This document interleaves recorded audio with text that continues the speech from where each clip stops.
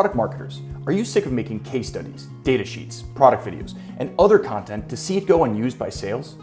They say they can't find it and that it's difficult to organize, and good content goes unused because there's so much of it. You know your awesome content will convert buyers, but only if sales reps can find and share it. At Enablix, we believe that life is too short for good content to go wasted. Hit us up to see how our simplified sales enablement solution helps product marketers drive revenue with their content.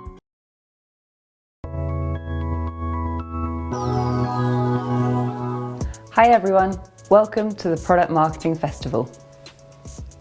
Thank you so much for tuning in. We hope you enjoy the sessions that we have lined up for you today. With expert presentations, specialist talks, and deep dive panel sessions on the agenda, suffice to say, you're in for a treat. Just before we jump in, I want to take a moment to thank everyone who's played a part in making this event possible. Our sponsors, partners, speakers, presenters, and of course you, the product marketing community. You can engage with all our speakers and their sessions today by posting your questions in the comments section of the broadcast, or you can reach out to them in our Slack community. Remember, you can catch up with all this week's content on demand, plus a whole host of other amazing benefits by becoming a PMA member. And whilst you're at it, why not check out Product Marketing Core, our industry-renowned certification.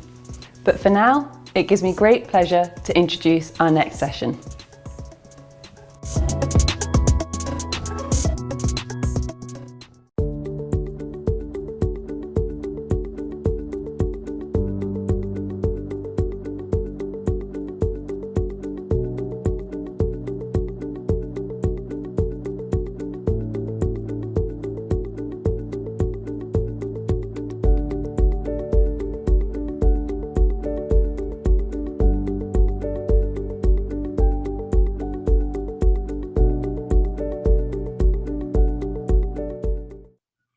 Hello, my name is Jeff Hanrahan, and I'm excited to have the opportunity to present at the Product Marketing Festival. Today, I'm going to share some tools that I use to connect go-to-market strategy to execution and ensure organizational alignment. So a brief introduction to my current role. I'm presently working as a Senior Director of Product Marketing at RealPage, where I help bring to market technology solutions for real estate owners and managers. We recently launched our peak performance technology stack, which covers everything from core property management to setting up smart buildings with technology that'll take residents all the way from the sidewalk to the sofa. However, long before I worked at RealPage or even in product marketing, I started my career as an engineer at IBM, working in their semiconductor manufacturing division. And what I find interesting about the manufacturing engineering role is that his or her mission is to maximize the profitability of the factory. And the primary way that he or she does this is by eliminating waste. Waste being any action or step in a process that does not add value to the customer. Now, here are the 8 forms of waste from lean manufacturing process. Looking at them, they don't seem very relevant to product marketing, and you might be wondering what I'm talking about here, but bear with me, because when I apply my manufacturing engineering lens to look at the role of product marketing and the process of product marketing, I see there's a lot of waste. I mean, just look at the bottom right waste form of skills. How much time do we spend just explaining the product marketing role and how it can contribute to the organization? Now, I'm not going to go through all of these, but which of these really resonates with you? For me personally, I see overprocessing as a form of waste that I often fall into. So just a few weeks ago, our VP of sales asked me to help put together a sales proposal. And so I got all excited to build out this fancy color glossy Word document with photos and icons and stylized text, when all she really wanted was help wordsmithing an email. So that's a good example of delivering a much higher quality than was required or even needed and wasting a lot of effort. But there's certainly many others in here that we all, I believe, fall victim to from time and again. So in the next 20 minutes, I'd like to share how you can use 3 methods that I learned as a manufacturing engineer to minimize these wastes and increase your efficiency by connecting go-to-market strategy to execution and ensuring organizational alignment. So in method 1, I'll demonstrate how to use an X matrix to connect strategy to execution. In method 2, I'll show how to use a bowling chart as the framework for monthly reviews to track results and prioritize future efforts. And in method 3, I'll explain how to use structured problem solving to find the root cause of missed targets and get them back on track. And finally, at the end, I'll share the key to success that I've learned from using these methods across different companies and different organizations. Now, before we jump in, a few comments. 1, these methods are not prescriptive, so please adapt them as appropriate for your situation. I did not invent these methods. I adapted them myself from lean manufacturing, which itself is heavily influenced by the Toyota production system, which came out of Deming's process for manufacturing. Number 2, these are the best methods that I know of. I'm always looking for a better process, so if you have one, please let me know. I'd love to chat. So let's jump into number 1, the X matrix. So the X matrix, also called the Hoshin-Conry method, is a lean management planning method that connects strategy to actions. The product, when it's filled out, is a set of well-defined goals with clear owners and targets that can be checked monthly using the bowling chart that we'll talk about in the next section. Now, I know it can be overwhelming. I love a good spreadsheet, maybe more than anyone, and even my head hurt the first time I looked at it. So let's walk through each section to see how to use it, and then we'll cover an example showing it all filled out at the end. So the first step is to start at the bottom with your 3 to 5 year breakthrough objectives. And these are really what your organization needs to or wants to achieve in the next 3 to 5 years to meet your strategic goals. They should be measurable stretch goals, just a high-ranking few, 3 to 5 max. And they should include the voice of all our stakeholders, and they require a multifunctional commitment. So not just product marketing or even just product, it should be everyone functionally. Then we move to step number 2, your annual objectives. And this is how far you want to progress towards your 3 to 5 year breakthrough objectives in this calendar year. So you could target maybe 50%, 30% of where you want to be in 3 to 5 years.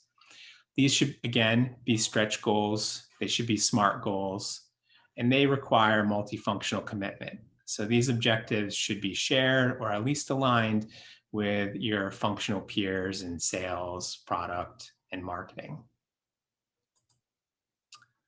Step 3 is how. So how are you going to achieve those annual objectives?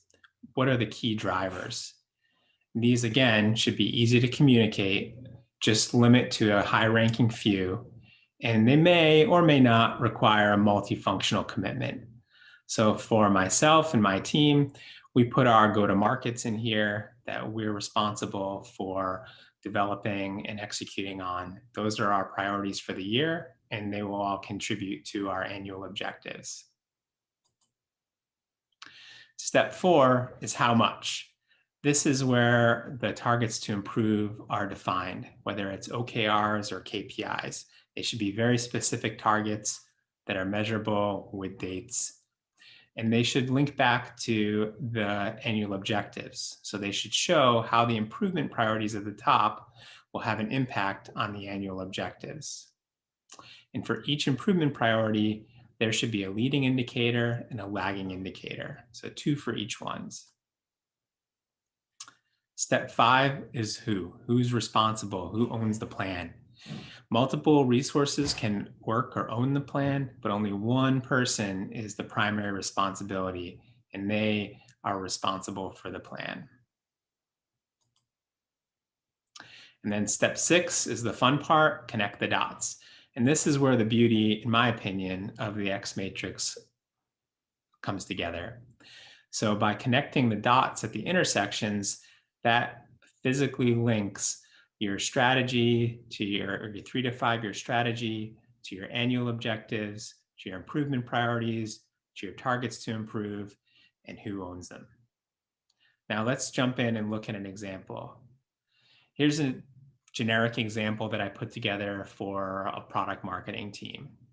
And so we can walk through it in the same order from bottom to the right clockwise. So let's look at the 3 to 5 year breakthrough objectives. Let's say in 3 to 5 years, we want to be the category leader as recognized by Gartner's Magic Quadrant. We want to grow revenue at 15% compound annual growth rate and grow EBITDA at twice that rate at 30%. So how much of that are we going to achieve this year? What are our annual objectives?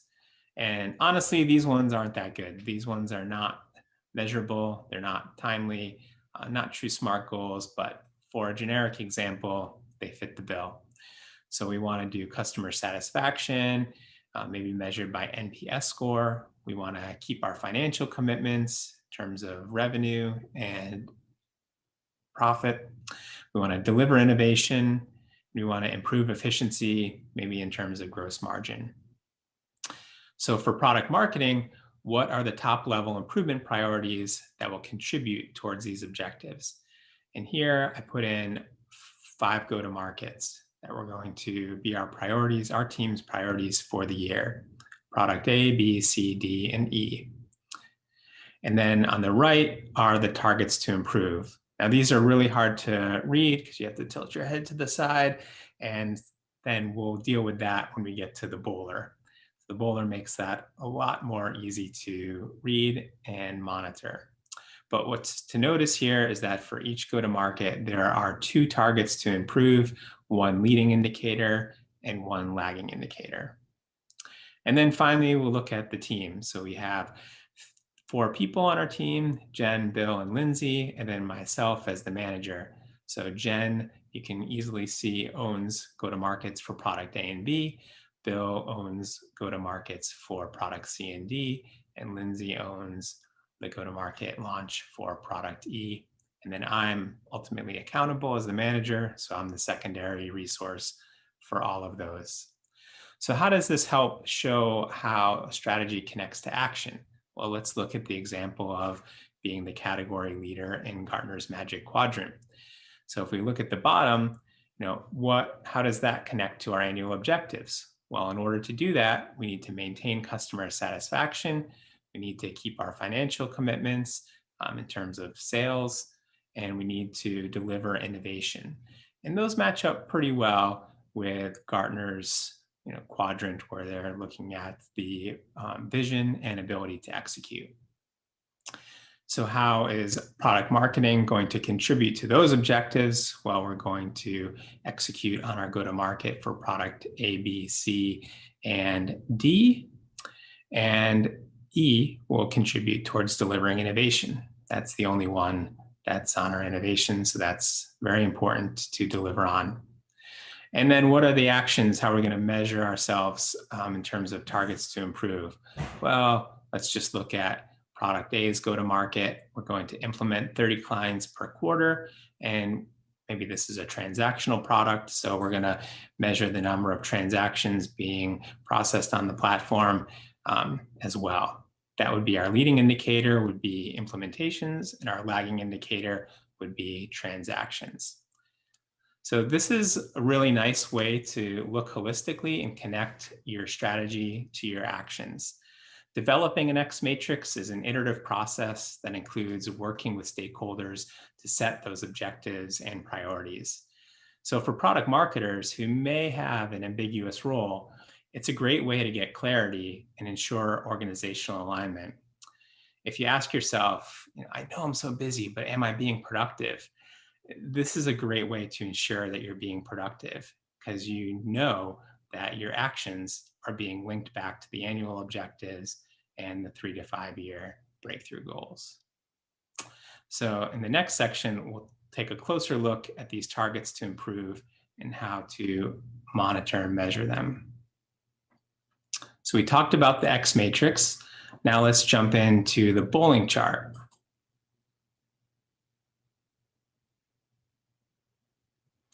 A bowling chart is a simple visual way to monitor your OKRs, KPIs, or other objectives, and lets you compare your actual metrics to your targets and goals. It's quickly reviewed on a monthly basis, maybe in a half-hour meeting with stakeholders to ensure that priorities haven't changed, quickly see where there are problems, and work with the team to address them if it's decided to take that course of action. So how do you use it? Well, if you've already completed your X matrix, it's really easy because it all just feeds right into the bowler. So simply transpose the improvement priorities, targets to improve, and owners into their relatively associated columns in the bowling chart. Then add your planned targets or planned values for each month or quarter or period that you desire. And then as you measure them throughout the course of the year, record your actual values. If the actual value meets or exceeds the target, then mark it as green. And if it falls short, mark it as red. It's that simple. Let's take a look at an example. So here's an example that's based upon the X matrix example shown earlier. We have our 5 go-to-markets in the first column. Our owners, Jen, Bill, and Lindsay, that are responsible, have primary responsibility for these go-to-markets. And it's their responsibility to define the improvement targets, record the plan, and record the actuals throughout the course of the year. So I like to look at it month by month and by quarter, because sometimes you have a bad month, but that doesn't make the quarter. And oftentimes there's variability month to month in the quarter that isn't captured in the plan, such as sales closing in the last month of the quarter, but the plan is equal across every month in the year. So I find this tool helpful in 3 ways. Number one, when we review with the stakeholders monthly, I always ask, are these still the priorities that we should be working on? Almost always the answer is yes, but it's good to check in because things change. Maybe product A is no longer the top priority. Maybe we have a new product that we've decided to launch in response to a competitor, and we need to add that one to the list. So it's a good checkpoint to ask that question. Number 2, you can quickly see where there are some problems by the rows that are marked in red. So it's really visual, and it jumps out that product A and product B are not meeting the plan, and we'll need to take some intervention here to get it back on track. And number 3, you can see where there might be some imbalance in the team.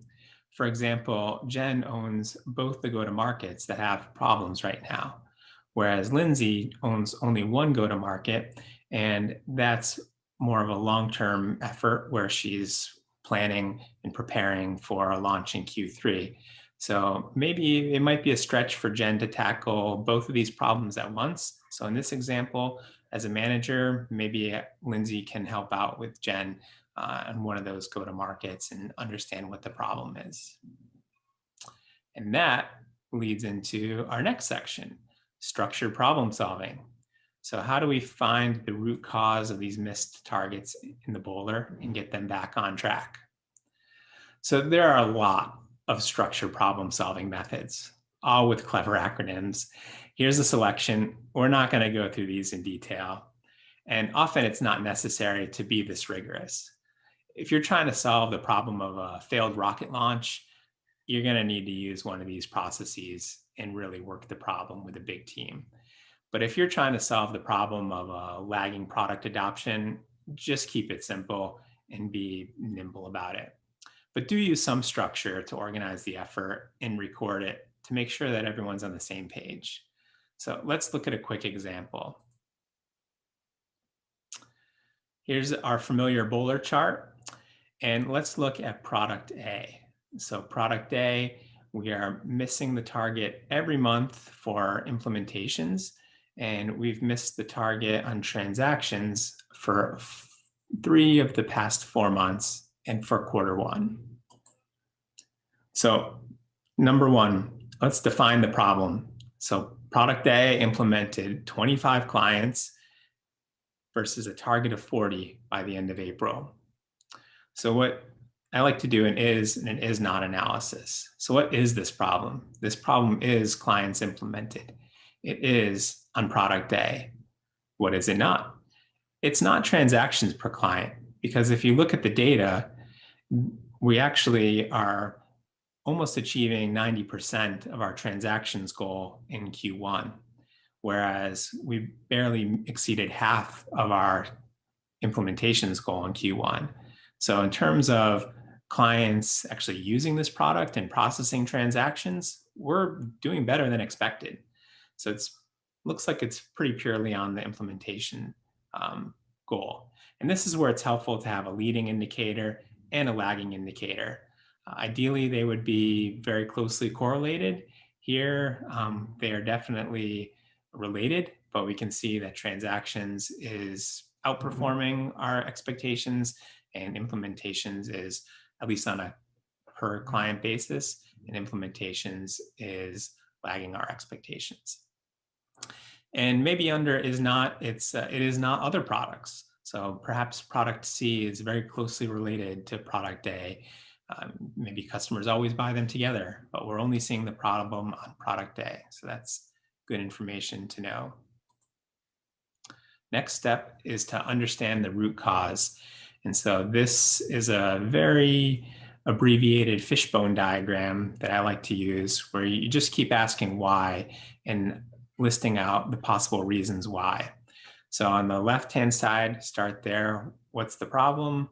Product A, implementations. Why might implementations be lagging? It could be marketing, it could be sales, it could be implementations. Let's say we checked our marketing funnel. We're outperforming on terms of leads.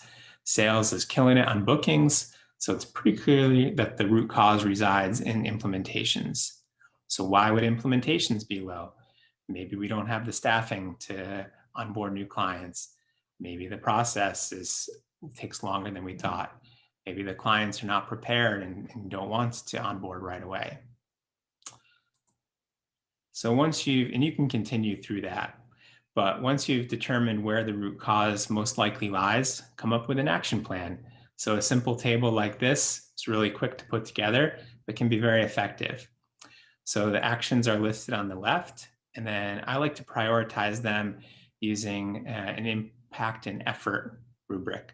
So anything that's potentially high impact and low effort, do right away.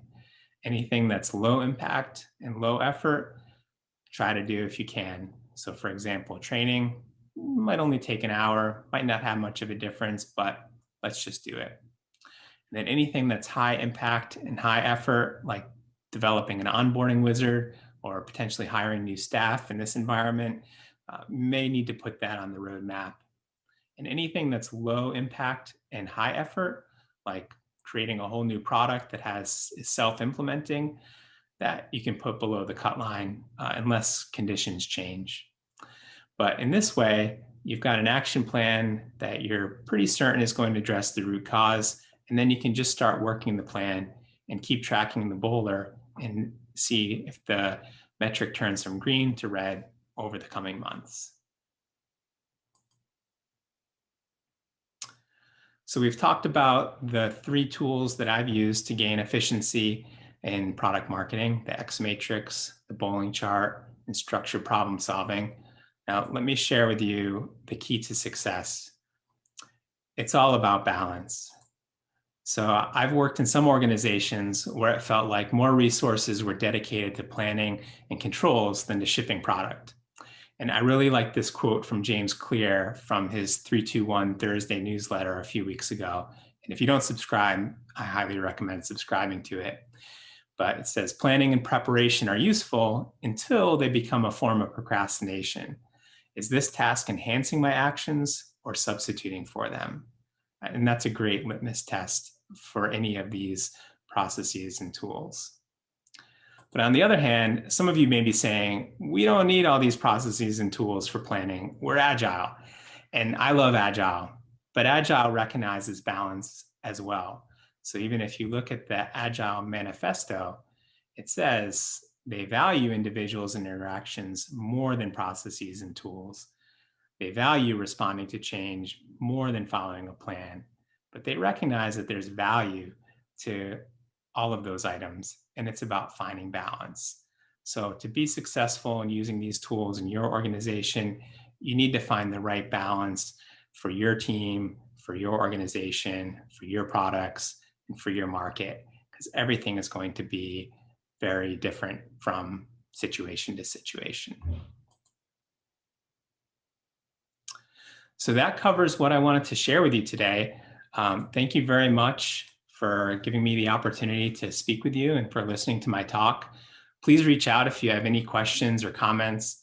As mentioned in the introduction, these are the best methods that I know of, but I'm always looking for a better process. So if you have one, please reach out. I'd love to chat. My email is hanraje@gmail.com, and that can be found on LinkedIn at Jeffrey Hanrahan. Thanks again, and enjoy the rest of the festival.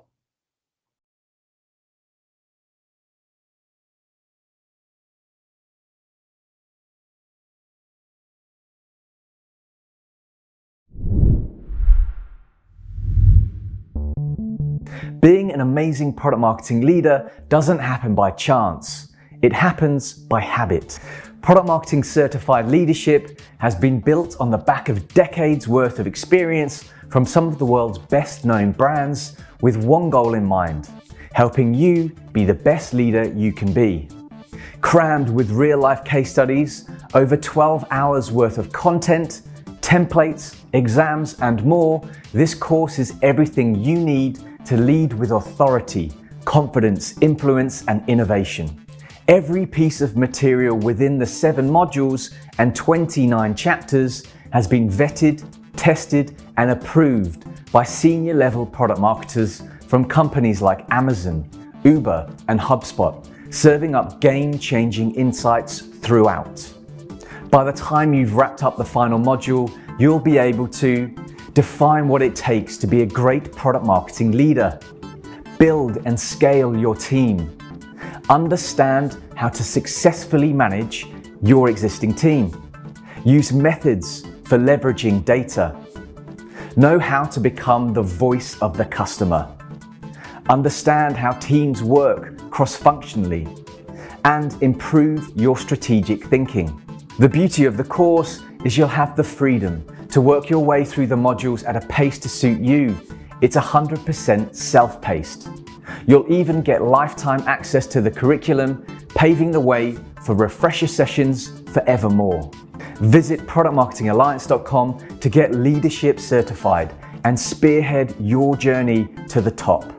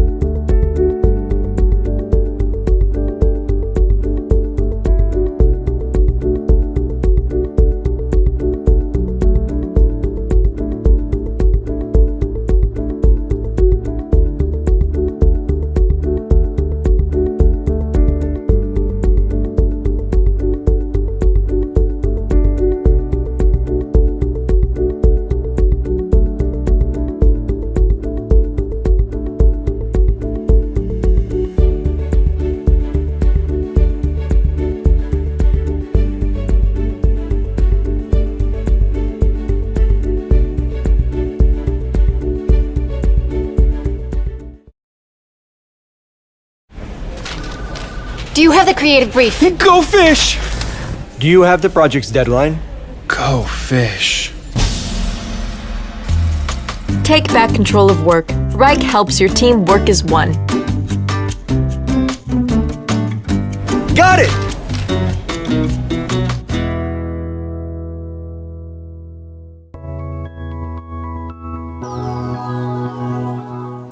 Hello, wherever you're joining us from today, I want to say a huge welcome to our global community. We hope you're enjoying the Product Marketing Festival. I also want to send out an extra special thank you to all our sponsors, partners, speakers and participants who together have made this event possible. Their sessions are bursting with insights to help you level up. But remember, the learning doesn't stop here. If you aren't already, you can become a PMA member and benefit from unlimited access to exclusive templates, frameworks, mentors, and our entire library of on-demand event content. Make sure you have your questions at the ready. Simply post your question in the comments section and get awesome advice directly from our expert speakers. Or continue the conversation with your fellow product marketers in the PMA Slack community. What's not to love about that? So now, on to the next talk.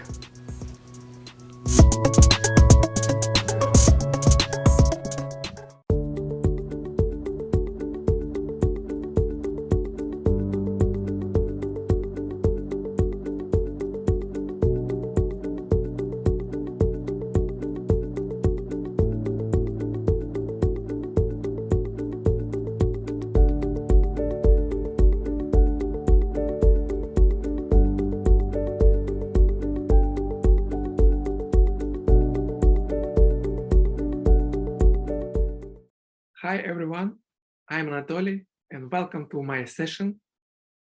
I'd like to share a product launch story, how from idea and hackathon we built the company with 7 million investments.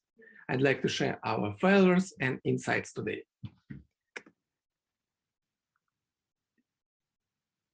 I'm CEO and co-founder at AppFollow. I have been developing and promoting mobile applications since 2010. I was an ASO expert, like App Store Search Optimization expert, the last 6 years.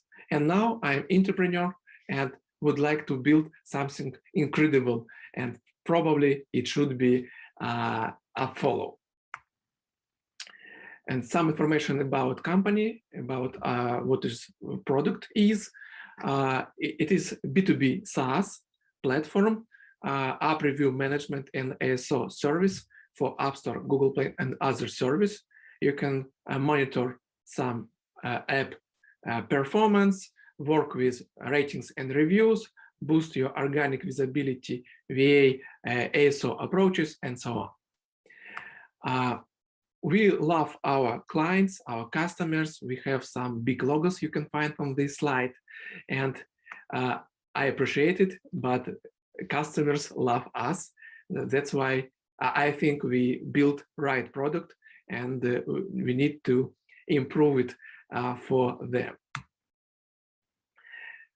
We are a startup, as I said before, and we are growing 2x, 3x year over year. It is great for us, but challenge, absolutely. And last year we closed Series A round from some VC funds.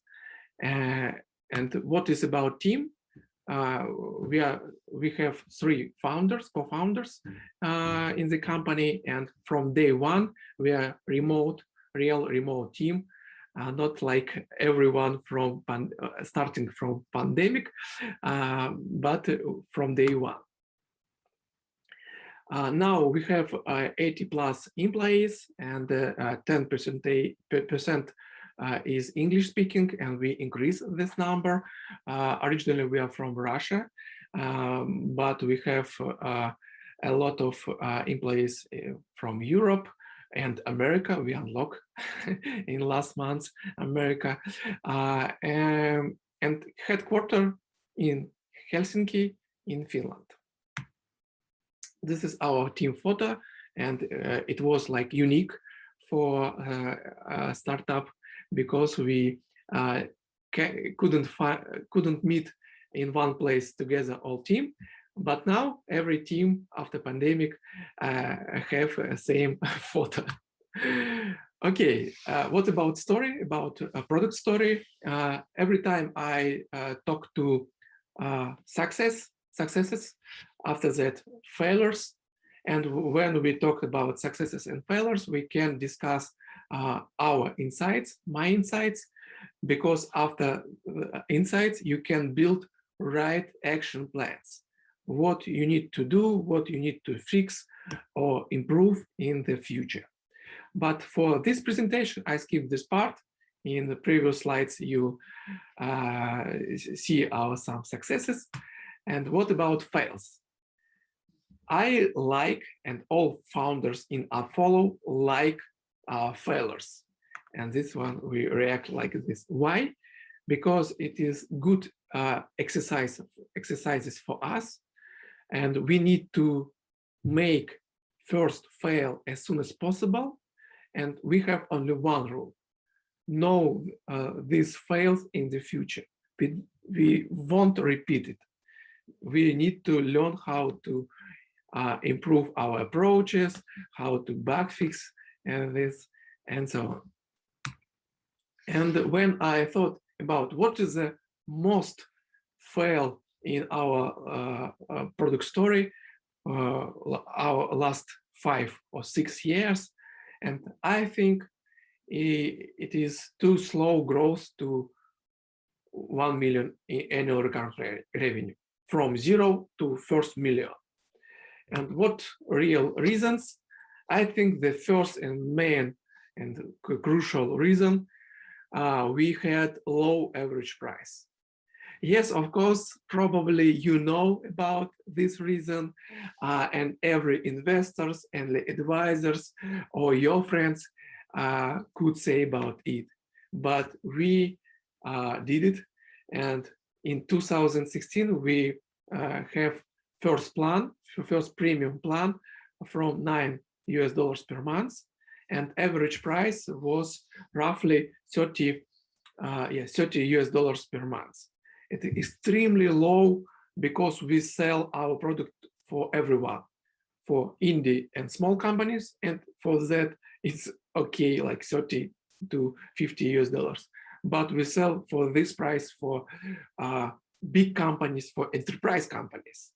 Yeah, and it was like our fail. Second reason, I think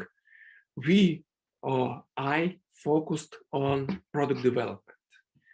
In the past, I was product manager. I like features. I like research competitors, find out some insights, and constantly improve our product. And in the past, I spent a lot of time to this type of work.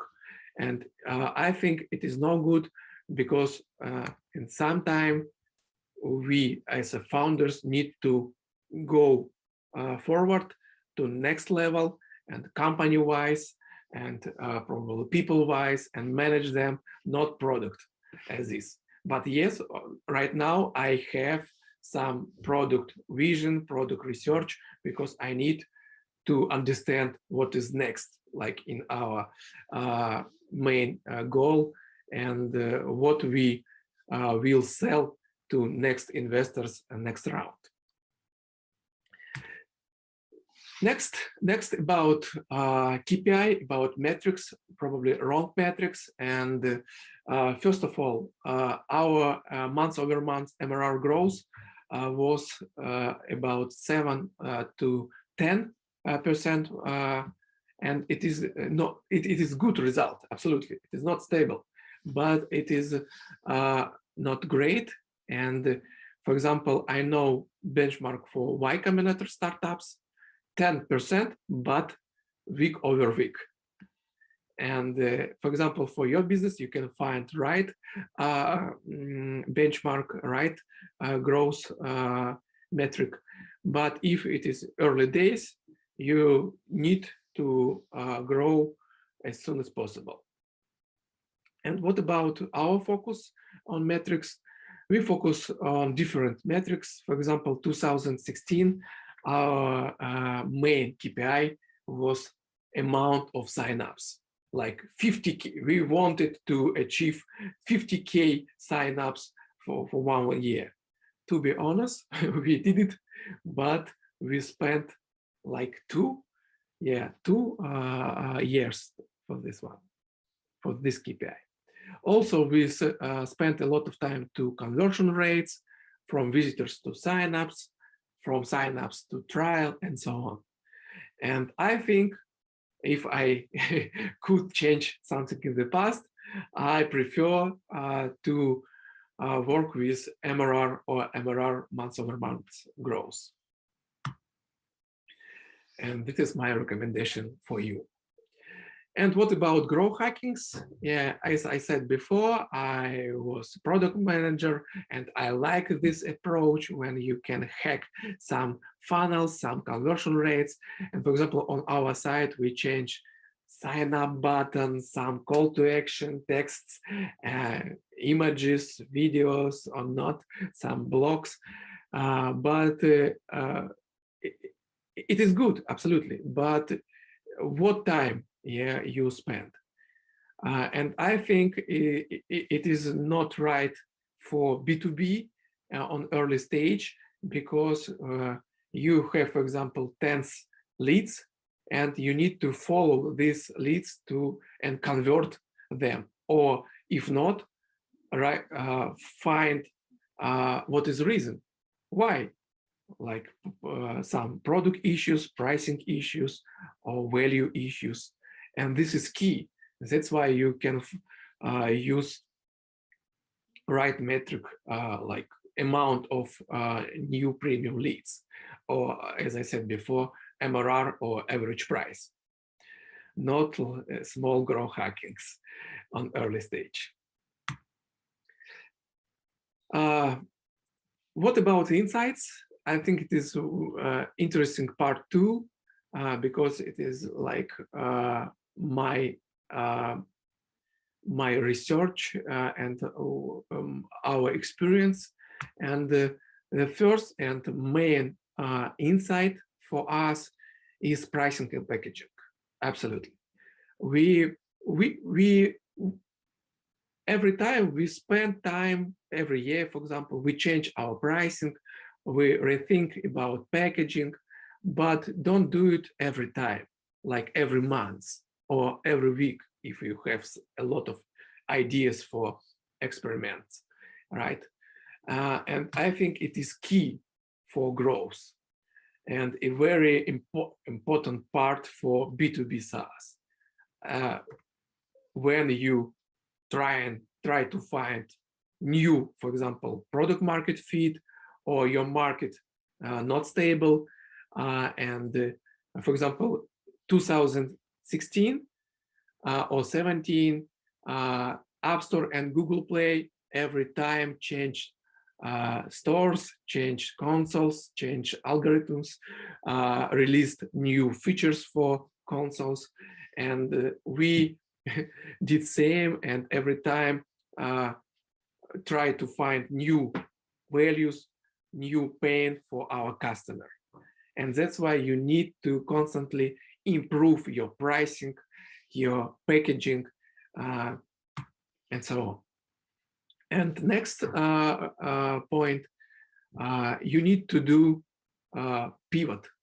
I like pivot. We did it like 5 times in the past, like every year, because when we find first product market fit and we like our product, I saw our financial metrics and understand, no, it is no good result for us, not scalable, or if scalable, it is new level, it not good for me, and I need something new one. And that's why we tried to find new packaging, for example, or new product, and go to customer development and repackaging our product. And according fails about low average price, yeah, your focus should be on average price every time. And what about RPPA metric and ACV? When we focus on small businesses, we have like period months, yeah, and that's why we use average rate per premium account per month. It is right metric for 4 years, but when we started to switch to upmarket, to big deals, we need to change an KPI from RPPA to ACV. ACV is annual contract value, in general, like 12 months subscription for big deals. And you have different deal cycle, different resources you need to close this type of deals. That's why average price in ACV approach. And next, I like this metric, and to be honest, our investors, which we met in last year, and current investors said us about the level of net dollar retention rate is pretty good for SaaS, and we appreciated it. It is metric about product quality. If your customers use renewal and upsells every time, your net dollar retention rate will be growth, like greater than 100%. If less 100%, this one, it is no good, it is bad cohort or bad customer segment, and in the future, this cohort can be like 0, because churn, for example, we couldn't find product market fit for small companies. Yeah, our product right now, last year didn't provide right value for small companies, and that's why we remove indie plan and extend our free plan, and we optimize resources of our support sales team. They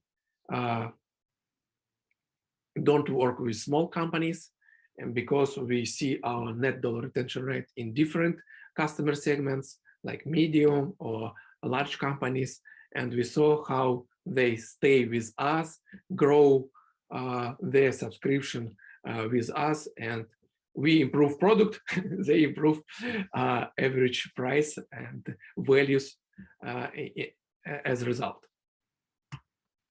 values from AppFollow as a result. And last thing I'd like to share with you is advisory sessions.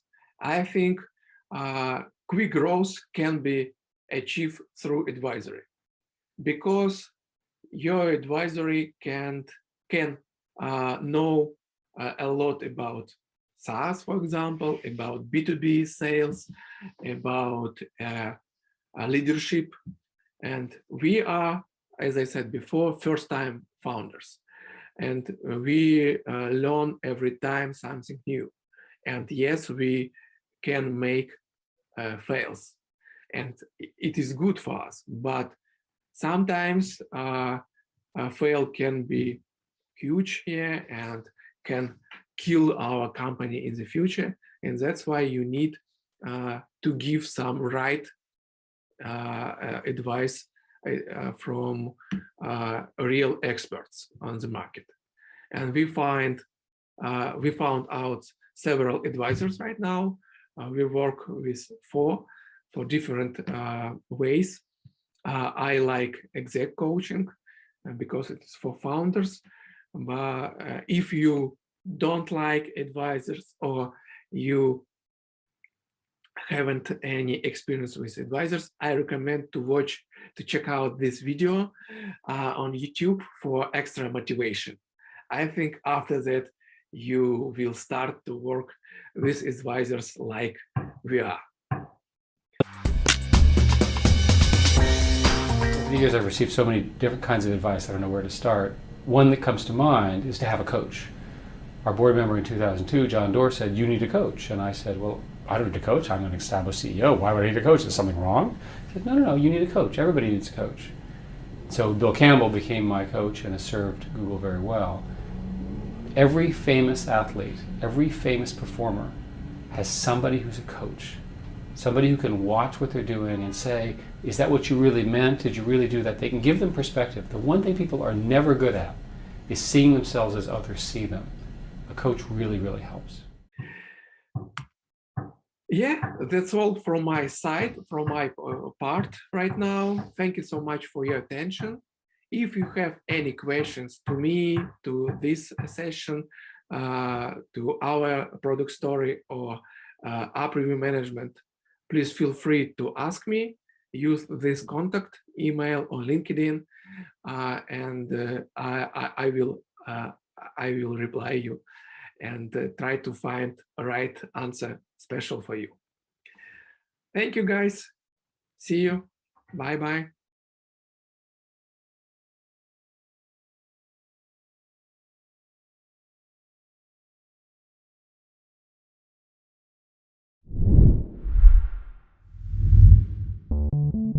Being an amazing product marketing leader doesn't happen by chance. It happens by habit.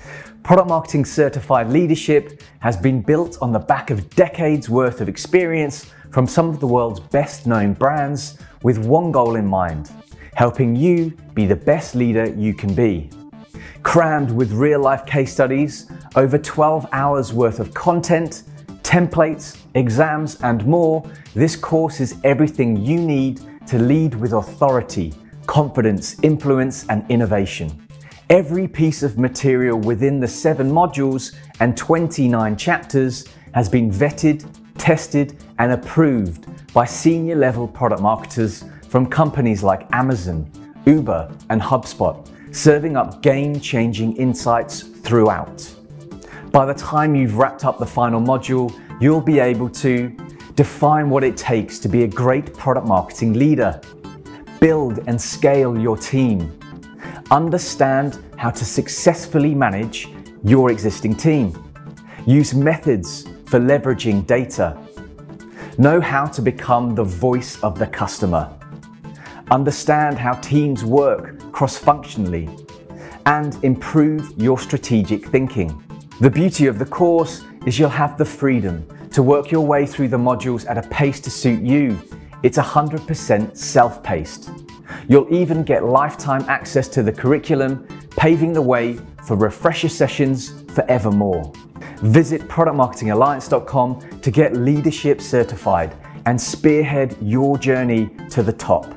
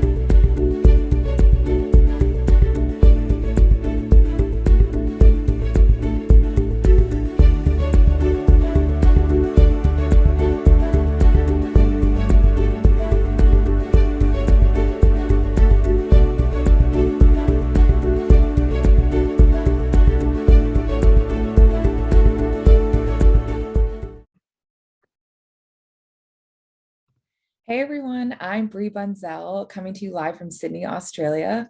I'm currently the customer marketing lead for Dropbox, and I'm so excited to be part of the PMM Festival. Over the course of my career, I've had experience in PMM, brand marketing, field marketing, and now focused on all things customer marketing. I'm excited to share more about my new Customer Advisory Board Masterclass. I learned about the importance of customer centricity at a young age of 7 when I didn't have the right audience, messaging, positioning, and pricing in mind for my neighborhood lemonade stand.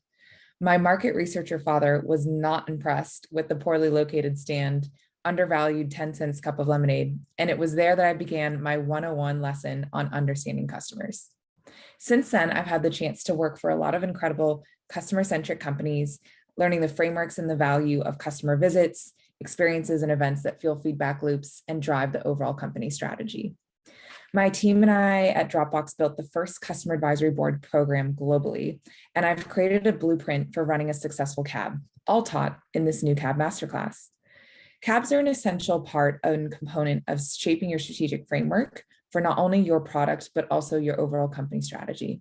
This course will also help you understand the strategic benefits of a CAB, help you get business buy-in from stakeholders, and provide the right templates and guidelines to build a better customer advisory board experience for your customers. You'll have a chance to learn best practices to drive engagement among your members, both virtual as well as in person, and you'll learn how to best incorporate those customer insights into your company feedback loops. You'll hear from CAB experts at Asana, Adobe, Zendesk, LinkedIn, and the Product Marketing Alliance. It'll be filled with 3 hours of content, 13 chapters, 3 exclusive templates, and an official Brand Spankin' New certification to seal the deal. I hope to see you there.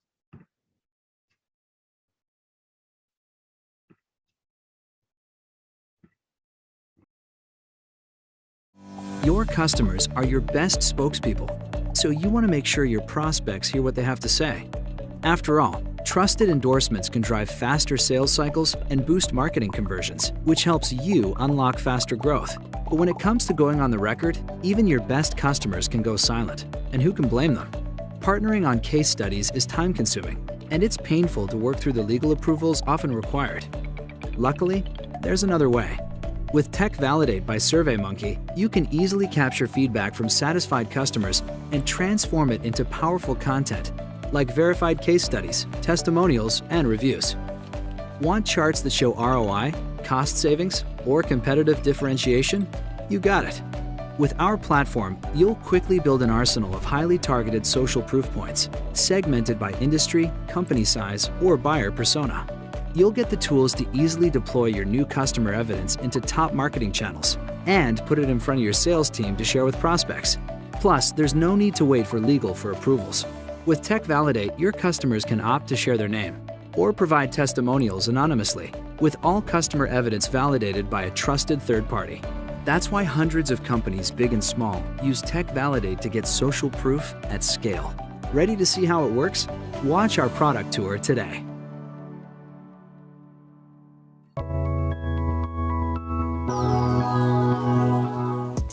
Welcome back to the Product Marketing Festival. As we prepare to unleash another exciting session, I just want to say a massive thank you to our partners, sponsors, you, and our ensemble of speakers and participants for helping us bring this event to life. I hope you are finding today's sessions insightful, and I want to remind you that the learnings don't stop here. If you haven't already, you can become a PMA member and benefit from unlimited access to exclusive templates, frameworks, mentors, our entire back catalogue of event content, and much, much more. What's more, you can continue the conversation in the PMA's Slack community. If you aren't already a member, then hop on over and join the discussions today. And remember, this is your chance to get involved. Please share your feedback and questions in the comments section for our speakers to answer. It really is that simple. Let's resume the sessions.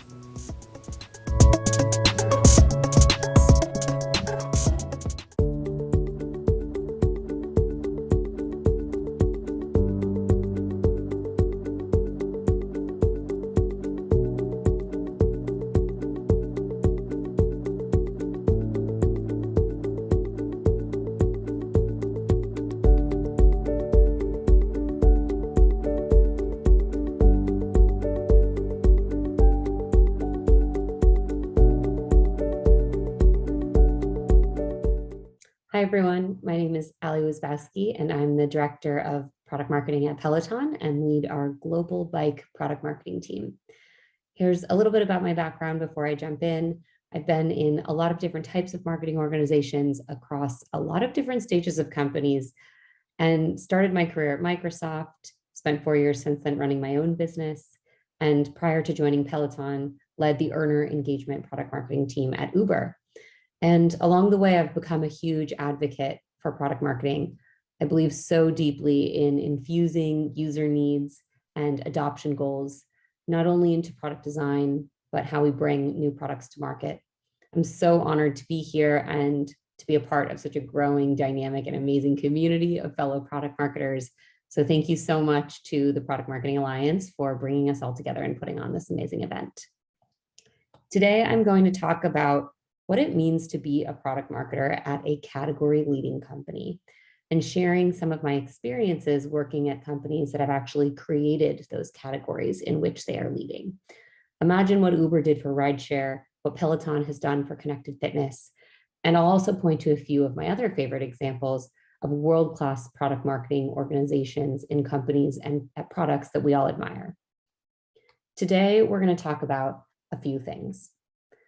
Our goal is to define what it means to be at a category creating and leading product, what to expect as a product marketer in one of these organizations, and I'm going to share 3 of my big tips that I've learned along the way for how to be able to continuously break through and maintain that category leadership position as a product marketer at one of these companies. So first, let's start by defining and identifying across the landscape what category creating and category leading companies are. We're going to talk about 2 different types of companies. There are category creators and category leaders. Category creators have both a breakthrough product and a breakthrough business model. And by contrast, a category leader has the largest market share or the largest percentage of total sales in the given market that they operate in. These are often the same, but not always.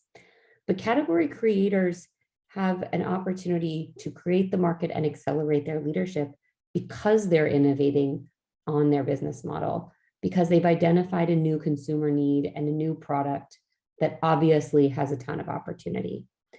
What's really exciting, and I think a story that we've seen plan out, is that often category creators are the same as those that are the category leaders. A study by HBR showed that category creating companies often take about 76% of the market share of the categories that they created. And that's really, really powerful. They're able to do that by being first to market, by accelerating their learnings, their awareness, their conversion and adoption. And while it's risky, it can be worth it for them. They've found a product that people want, that people need, and they can deliver it in new, innovative, and breakthrough ways that enable them to scale more quickly than someone who has a product in a more established category. So this is good and creates a big opportunity, I see, for product marketing to play a key role in the growth and the maintenance of that leadership position when you're creating a new category. Here are a few of my favorite examples of the past couple years, products many of us know, use, love, advocate for. And I've had the fortune of working at a few of them. Uber certainly created and accelerated their leadership position in the rideshare market, maintaining the largest rideshare footprint globally across a very, very competitive landscape. Spanx dominates the shapewear market, created by Sarah Blakely, one of my all-time favorite entrepreneurs. None of us could ignore the growth and acceleration of White Claw over the past few years. They've grown spiked seltzer into a $550 million industry.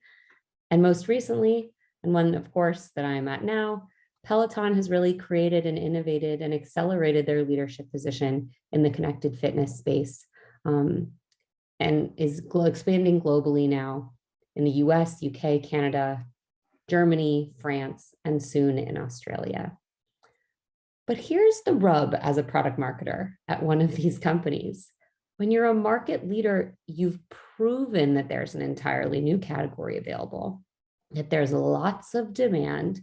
And by doing that, you eliminate the risk for other entrants. And so as a default, what you're going to see is that being a PMM at one of these companies has a little bit of a double-edged sword. You have the responsibility of maintaining your leadership position, but everything that you do that works, it's very likely that your competitors are going to come in and use what they've learned from your success.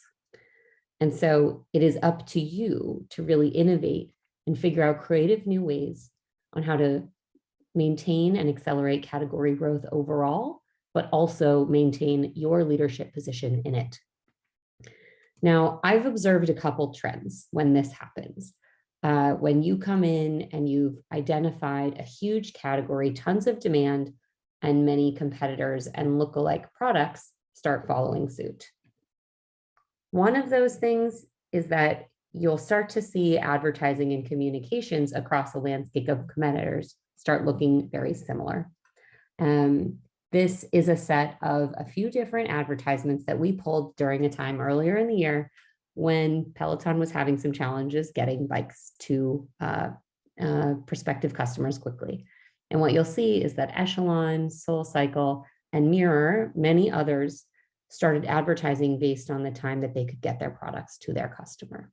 So what this is a signal of is as market entrants come in, you are going to start seeing very similar messaging coming in at the top of the funnel, which presents a bigger challenge as a marketer for you to figure out as the leader, how can you continue to differentiate when the market is often using a lot of shared messaging.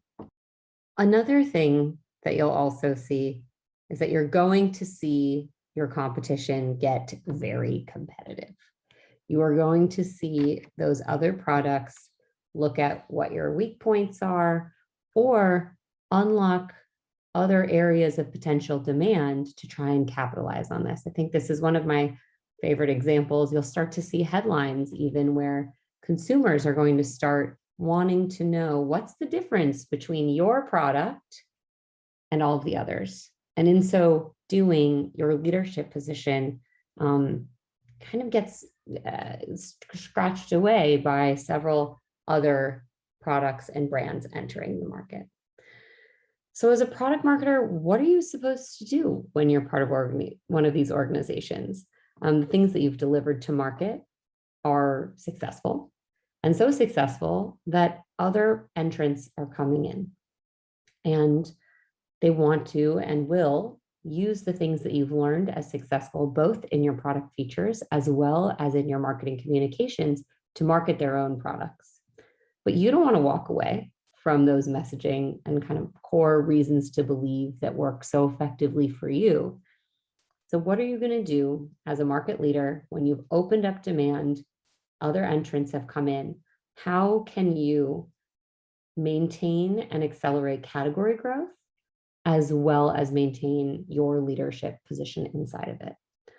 What I'm going to do is share two big learnings that I have come through my experience and have shaped quite a few of the theses that we are putting into market over the next chapter.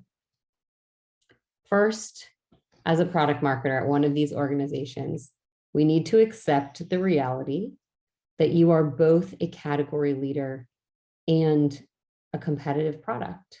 And what that means is, as the leader, you have a responsibility and an opportunity to continue to educate consumers about the category overall, as well as your product's unique space to occupy in it and your leadership position in the mix of opportunities. And this is a really special balance between marketing your product, advocating for the core reasons to believe in value propositions of your category overall, but making sure that you strike on the unique ways that your product is different and better than the competition. The second big learning that I want to talk about is what I call find a new way in. As a product marketer, if you found a message that works, you don't want to walk away from it. But every message can be communicated in a multitude of different ways in really unique, differentiated channels. And my advice is that as a product marketer in one of these category creating or category leading companies, that it is your responsibility to find that new way in, to make that evergreen RTB break through and resonate in a new way, and ideally find a way to tell that story in a way that only you can tell that story and achieve even greater resonance and even greater impact for your business. So what I'm going to do now is talk a little bit about 3 tips I've uncovered for how to find a new way in once you are in the process of both educating consumers on the category that you're in, as well as being tasked with the bit from the business of accelerating or maintaining your leadership position in it. And along the way, I'm going to share a couple of my favorite examples from other categories, as well as a few stories from Peloton about how to make this successful. The first big tip is one that I like to call feeling over function. As product marketers, we love to look at the features. We love to look at the functionality. But if you've created a market and other entrants have come in, it's very likely that they are going to lean on very close functions and very close features for their product to get the adoption in the market and compete in the market as well.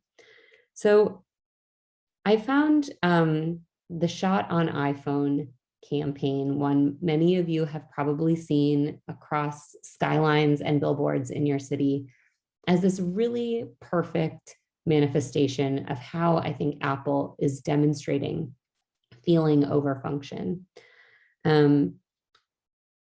What they're doing here, rather than talking about whether they have 1 camera or 2 cameras or 3 cameras or how many megapixels do their photos capture. Instead, what this campaign does is it shows you what a photo can do, what a beautiful photo can do powered by iPhone, and how it makes you feel about the world around you, about daily life. And I think this is an incredibly savvy and nuanced campaign. By contrast, when you look at Samsung, for example, their ads often show hardware and show multiple cameras. And the iPhone has those too. But what iPhone is doing is focusing instead on the output of those features and the way that that output makes you feel. And I think it's incredibly savvy and sound product marketing. And it's been one of the campaigns I've ever seen with the longest run in any city. It's really powerful, really flexible, really globally extensible. And I think it does a really important job of demonstrating that when you put feeling over function, you can actually create even greater breakthrough with your audience over time. The second big learning I've found is around being bold. As a market leader, you get to focus on a couple other things. You don't have to focus as much on awareness or certain products because you are ahead in the market. And one of my favorite examples of being bold is a campaign called the Walkbird Detour. If you have not seen this, you should absolutely look it up. Now, interestingly, Burger King is actually not the market leader in terms of total burgers sold or the most usage of their delivery app, but they are willing to be bold in a way that their competition was not. And what they did was they actually encouraged their customers to go to the competition. If they downloaded the app, if they drove up to a McDonald's, they could only there in that location order a Whopper for a cent. And what is so brilliant about this is that they were willing to be bold and breakthrough and so much more differentiated than some of the things that we typically see from their category and competition. And it had real impact. They were able to drive 1 million app downloads in a very short time period. During that time period, they were also able to jump ahead of McDonald's app on the App Store. And I think it's a really important thing to think about. As a leader, how do you act as a leader? How do you act boldly in your category to continue to drive awareness, adoption, and engagement from your customers? The final tip, and one of my favorites, I'm going to talk a little bit about an example from Peloton. My third and final tip is what I like to call only at insert your company here.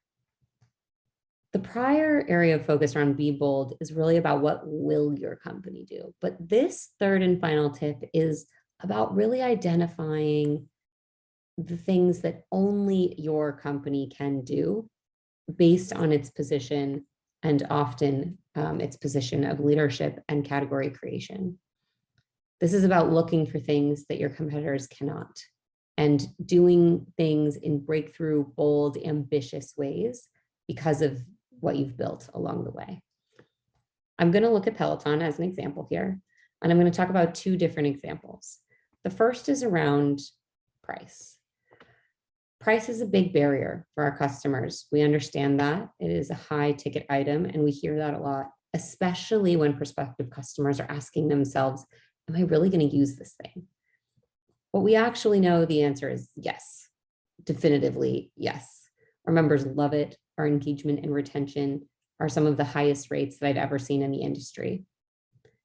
And so there's a real opportunity to think about price within that context and tell that story much differently than we ever have before and much differently than any of our competition can. What's really interesting and what you'll see coming to market soon is that we recently used a combination of third-party and proprietary data to tell a story to our prospective customers around price and value in a way that we never could have before. And what you'll see in market is a quite functional, direct message that Peloton is very much worth the cost and incredibly cost effective because we know our customers use the product so much. The second example is a bit less of the kind of functional evergreen RTB and looks a little bit about how we deliver an amazing and differentiated experience, which is rooted in our relationship with the music industry. Music is an incredibly important part of our experience, and simply put, there's no other connected fitness product out there that could and does have a partnership with the queen herself, Beyonce. We are incredibly dedicated and committed to our relationships in the music industry. And we were looking for some interesting ways to share that story. Now, I was not on the team at that time, but this has been one of the most successful things our team has done along the way. We leaned into our differentiator around our relationship with the music industry. And what we saw was that the Beyonce themed classes, partnership, and the ability to bring membership to historically Black colleges and universities was one of the efforts that our team was most proud of. It spoke to our values, it spoke to our unique differentiators, and did so in a way that only Peloton could do. So based on those three things, I hope all of you have an opportunity to work at category leading companies. It is incredibly exhilarating, but also incredibly challenging. And I hope you find these three tips helpful along the way. If you are interested in connecting, I'd love to meet you. Please feel free to reach out to me on LinkedIn. And thank you again to the Product Marketing Alliance for pulling this together. I hope all of you enjoy the rest of the festival.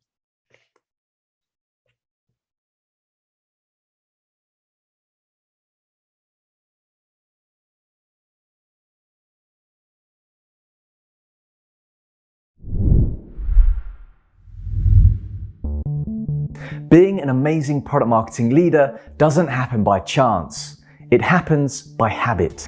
Product marketing certified leadership has been built on the back of decades worth of experience from some of the world's best known brands with one goal in mind: helping you be the best leader you can be. Crammed with real life case studies, over 12 hours worth of content, templates, exams, and more, this course is everything you need to lead with authority, confidence, influence, and innovation. Every piece of material within the 7 modules and 29 chapters has been vetted, tested, and approved by senior level product marketers from companies like Amazon, Uber, and HubSpot, serving up game-changing insights throughout. By the time you've wrapped up the final module, you'll be able to define what it takes to be a great product marketing leader, build and scale your team, understand how to successfully manage your existing team, use methods for leveraging data, know how to become the voice of the customer, understand how teams work cross-functionally, and improve your strategic thinking. The beauty of the course is you'll have the freedom to work your way through the modules at a pace to suit you. It's 100% self-paced. You'll even get lifetime access to the curriculum, paving the way for refresher sessions forevermore. Visit productmarketingalliance.com to get leadership certified and spearhead your journey to the top.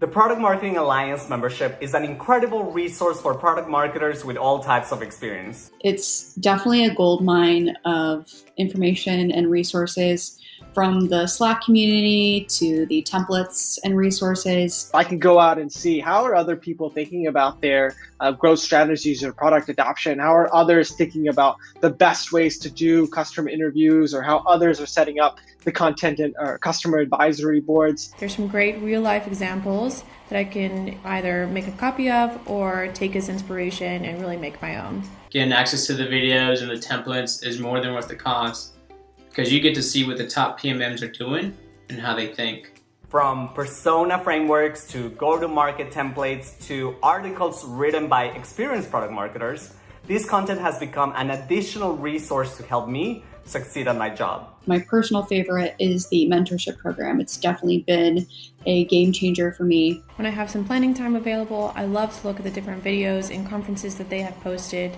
I always love to hear how other companies are handling some of the challenges and opportunities that product marketing has. I could then figure out what's the best way to adapt for us, as well as look at how other people are implementing them. So I can ultimately do the work of 5 individuals as a solo PMM.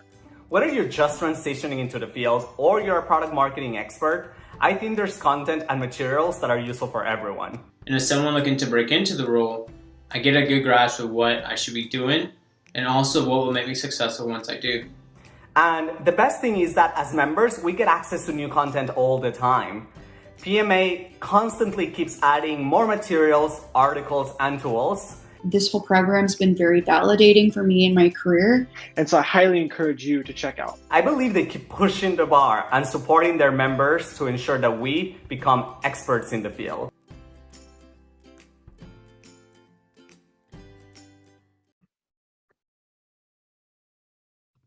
Hey everyone, I'm Brie Bunzel coming to you live from Sydney, Australia. I'm currently the customer marketing lead for Dropbox, and I'm so excited to be part of the PMM Festival. Over the course of my career, I've had experience in PMM, brand marketing, field marketing, and now focused on all things customer marketing. I'm excited to share more about my new Customer Advisory Board Masterclass. I learned about the importance of customer centricity at a young age of 7 when I didn't have the right audience, messaging, positioning, and pricing in mind for my neighborhood lemonade stand. My market researcher father was not impressed with the poorly located stand, undervalued 10 cents cup of lemonade, and it was there that I began my 101 lesson on understanding customers.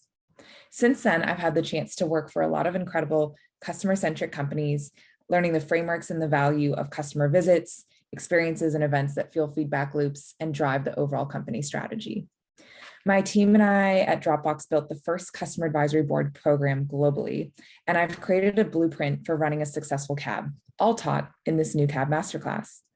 CABs are an essential part and component of shaping your strategic framework for not only your product, but also your overall company strategy. This course will also help you understand the strategic benefits of a CAB, help you get business buy-in from stakeholders, and provide the right templates and guidelines to build a better customer advisory board experience for your customers.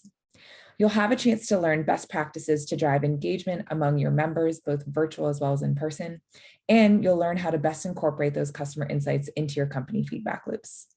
You'll hear from CAB experts at Asana, Adobe, Zendesk, LinkedIn, and the Product Marketing Alliance. It'll be filled with 3 hours of content, 13 chapters, 3 exclusive templates, and an official Brand Spankin' New certification to seal the deal. I hope to see you there.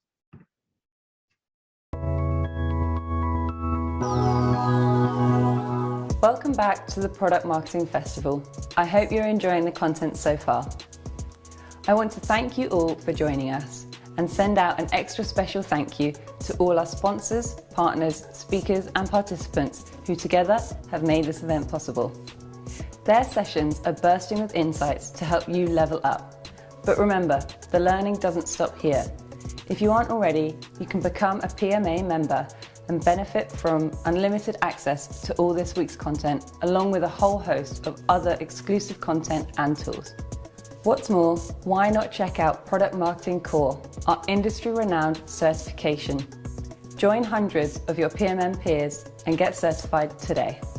And remember, have your questions at the ready. Simply post them in the comments section and get awesome advice from our experts. We've got plenty more magic up our sleeves that's guaranteed to blow you away. So sit back, relax, and enjoy the talks.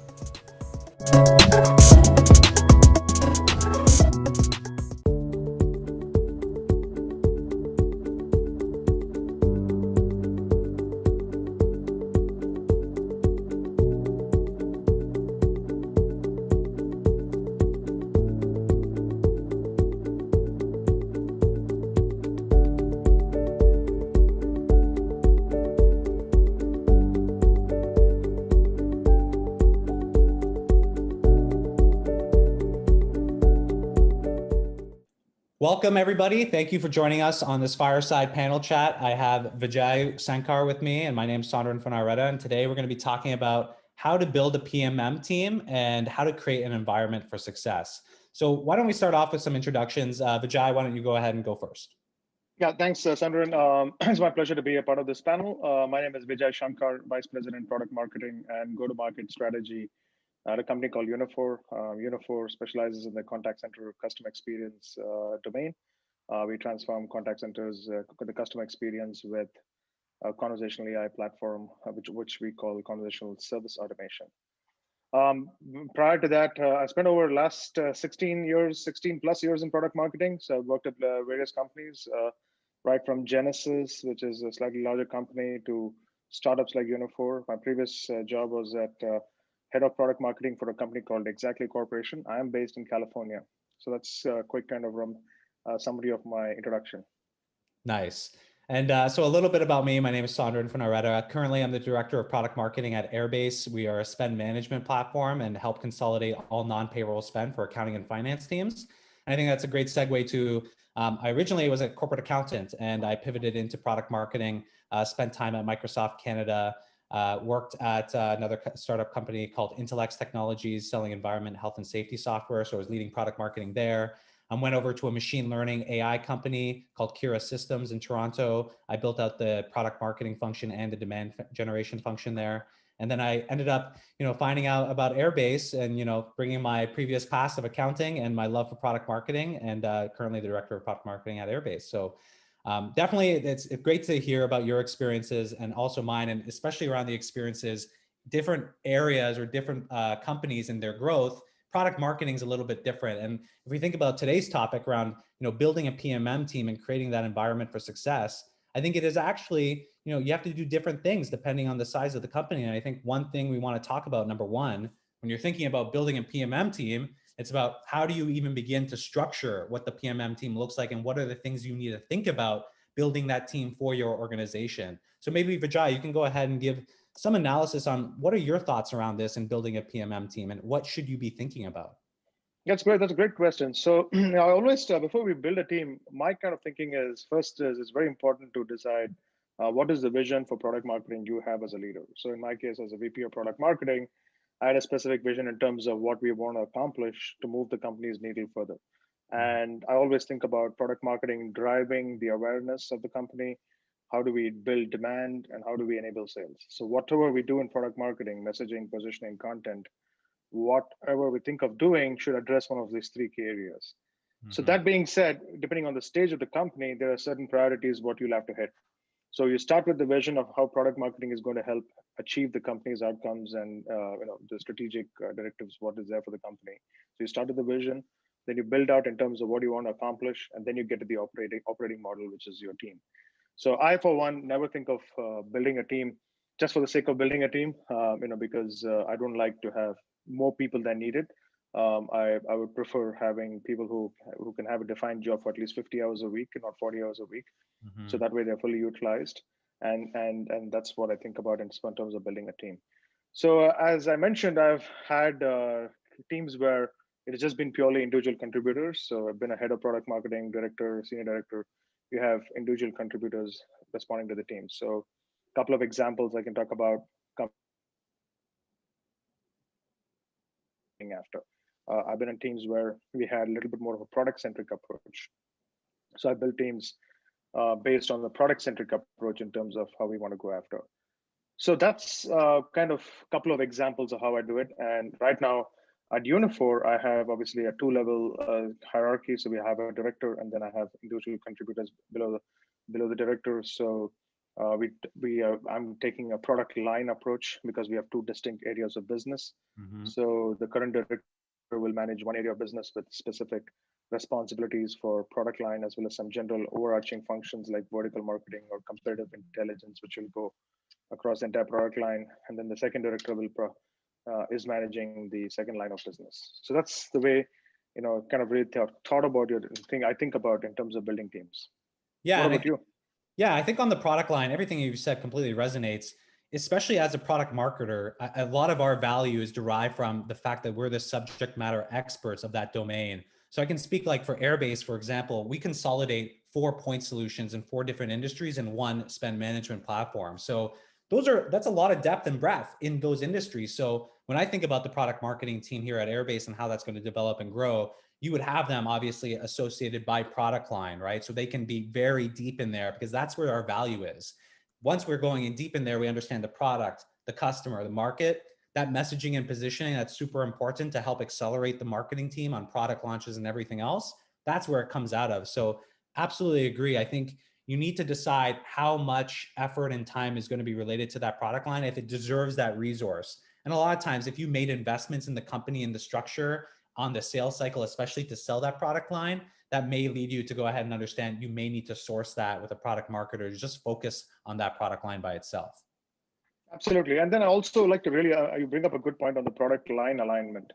So also like to structure it based on how the product management team is structured, because it just becomes that much easier from a collaboration standpoint. So as you mentioned, releases and launches.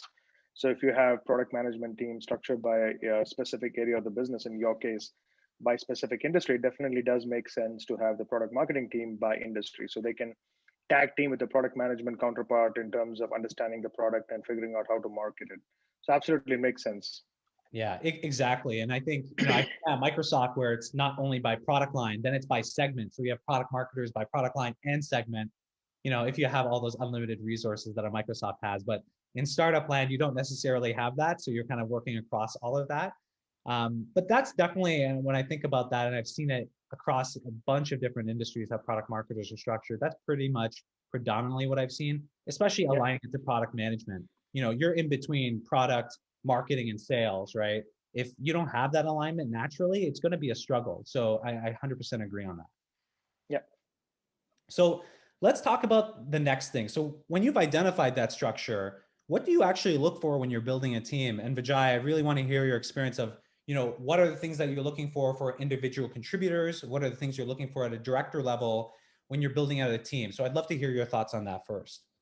Yeah, that's great. So let's talk about in general just the hiring philosophy, right? So number one is, I know I've met a lot of my friends and coworkers and peers from other companies as well as current, where they really insist on industry knowledge and the domain expertise. I'm not a big fan of having domain expertise per se, because I feel that domain expertise can always be picked up. So, however, what I really look for is strong B2B background, because we are in B2B sales. So B2B marketing is different than B2C, for example. So I look for definitely B2B background. I do look for, at a macro sense, look for marketing background. So preferably product marketing background, not marketing comms, demand gen. I mean, no disrespect to demand gen, content marketing per se. So that's kind of really my starting point in terms of what I look for from an experience standpoint. Then, but like with anything about building teams, it always starts with a great job description, right? So you need to have a great job description in terms of what you think the role is going to take care of, what are the primary responsibilities, and what does the success criteria of the role look like.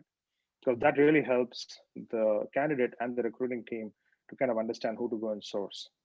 When it comes to the interview process, when I kind of really speaking about the product marketing person and the product marketing individual contributor, number one, most important thing is for me is they need to know how to do messaging. Right. If they can't do messaging, they're not going to pass the interview. And that's pretty straightforward. Number one, it's a deal breaker right away. Messaging, then comes content, then comes general. How do they work with sales? What's the collaboration and so forth? I'm not a big fan of show me past content or your work samples, because you can always take somebody's work sample and show it. I'm not a big fan of that. So you have to trust your gut just based on the person's communication during the interview that they can write very well. But yeah, I do expect to have strong writing, presentation skills, communication, collaboration. During the interview, I really I hone in on what I call the macro areas around what is their passion what is their core passion. So normally what I ask questions is, okay, what's your favorite tech product? And then they say, okay, my tech product is Apple. I'll say, okay, now you're the product marketing manager of Samsung. How would you go and compete against Apple? So that kind of gives me all what they think about on the spot to know if they can actually do the job. I really look for how can they deal with ambiguous situations, how are they driven for results, basically focused on if something is going right, something is not going right, how do they kind of identify the problem and then work towards it. I look for a lot of self-awareness. So a person has to be self-aware of what they can do. So is it a lot of I in the talk? Is it a lot of we in the talk? Do the person really acknowledge that they have some development areas? All of us have development areas. Mm-hmm. So what are they doing about it? Those are the kind of things I look for. And based off of that, I kind of make my judgment in terms of whether the candidate is a good fit for the team or not. Yeah, I agree, especially around the cross collaboration and the I versus the we. Everything that I know I do is actually a we thing, right? It involves product, it involves sales. The only way that product marketing and the rest of the organization can be successful is bringing all those people together to go work on initiatives. You by yourself can't do it all. Absolutely not. Absolutely. Yeah, and that's kind of what I look for in an individual contributor. I know you asked me about directors. That's a great question. So in directors, I expect a person as a director to know how to do product marketing. Mm-hmm. That is a given, right? So that's really a given. So directors, the way you measure directors is different, right? So can they hire a team? Can they mentor a team? Can they coach a team? Mm-hmm. How are they going to take the stand in terms of making sure that this is the gap in the company? and here is a gap in this particular company, and here is our strategy, and here's how we're going to go and execute it. That's what you look for in directors, is a little bit beyond just the individual contributor role, but the ability to kind of manage teams and be the champion for the entire product line per se in terms of what they're looking for. So I have a question for you here in this case. What are you looking for? Let's say you have your director in role. What should the director be looking for, assuming they're hiring maybe more junior talent? Are there some qualitative measures that you're looking for in terms of what they bring to the table to help them learn?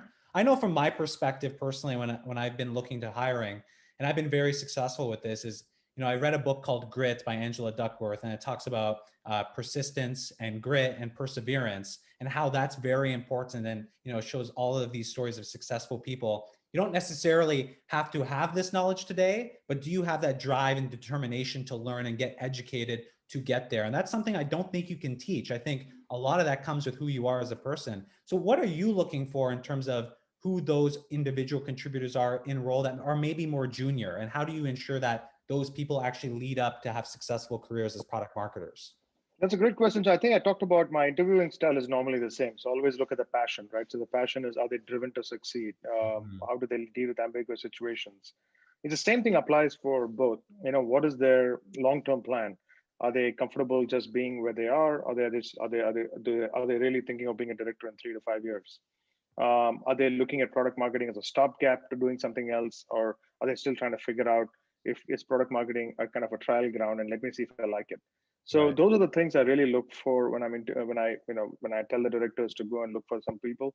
Is that's what sometimes I like to go and tell them. And fortunately, the director who's right now working for me, I have 2 of them, but one of them has worked with me before. She has been on my team for multiple times, so she probably knows how I interview and everything. So she's probably pretty clear about what would come to me and what would not come to me. But I think the most important thing is sometimes also is to give the directors you got to give them the benefit of doubt, right? So you got to make them make the final decision, right? Because they're the ones who are going to be managing a team on an ongoing basis. So if there are 2 good candidates you like, you can state your opinion, but leave the final choice to the director or the hiring manager. I think that's very important because you don't want to force down a candidate on your director's throat and the director is not too thrilled about it. So it's very important that they take the first crack in terms of screening candidates and sending the best, and then they make the final decision. Unless there are some serious red flags, which is different. Right. But if all things considered, if it's a equal match between 2 people, then you let the director make the final choice in terms of who they like the best, because they are the ones going to be responsible for their success down the future. I couldn't agree more. And that's the same way I look at even for individual contributor roles. When I hire them on, they need to be self-sufficient. I need to be able to trust that, yes, maybe with guidance, they're still going to make mistakes, but what are they going to do after that mistake, right? How are they going to improve? Are they going to be, looking at themselves in the mirror, and how can they improve from that? I think that's an extremely valuable way to make sure you're mentoring your team and coaching your team to success, is giving them that wiggle room and understanding that you're trusting them to go do what they're passionate about doing. And that's why you brought them on board to your team in the first place. Mm-hmm.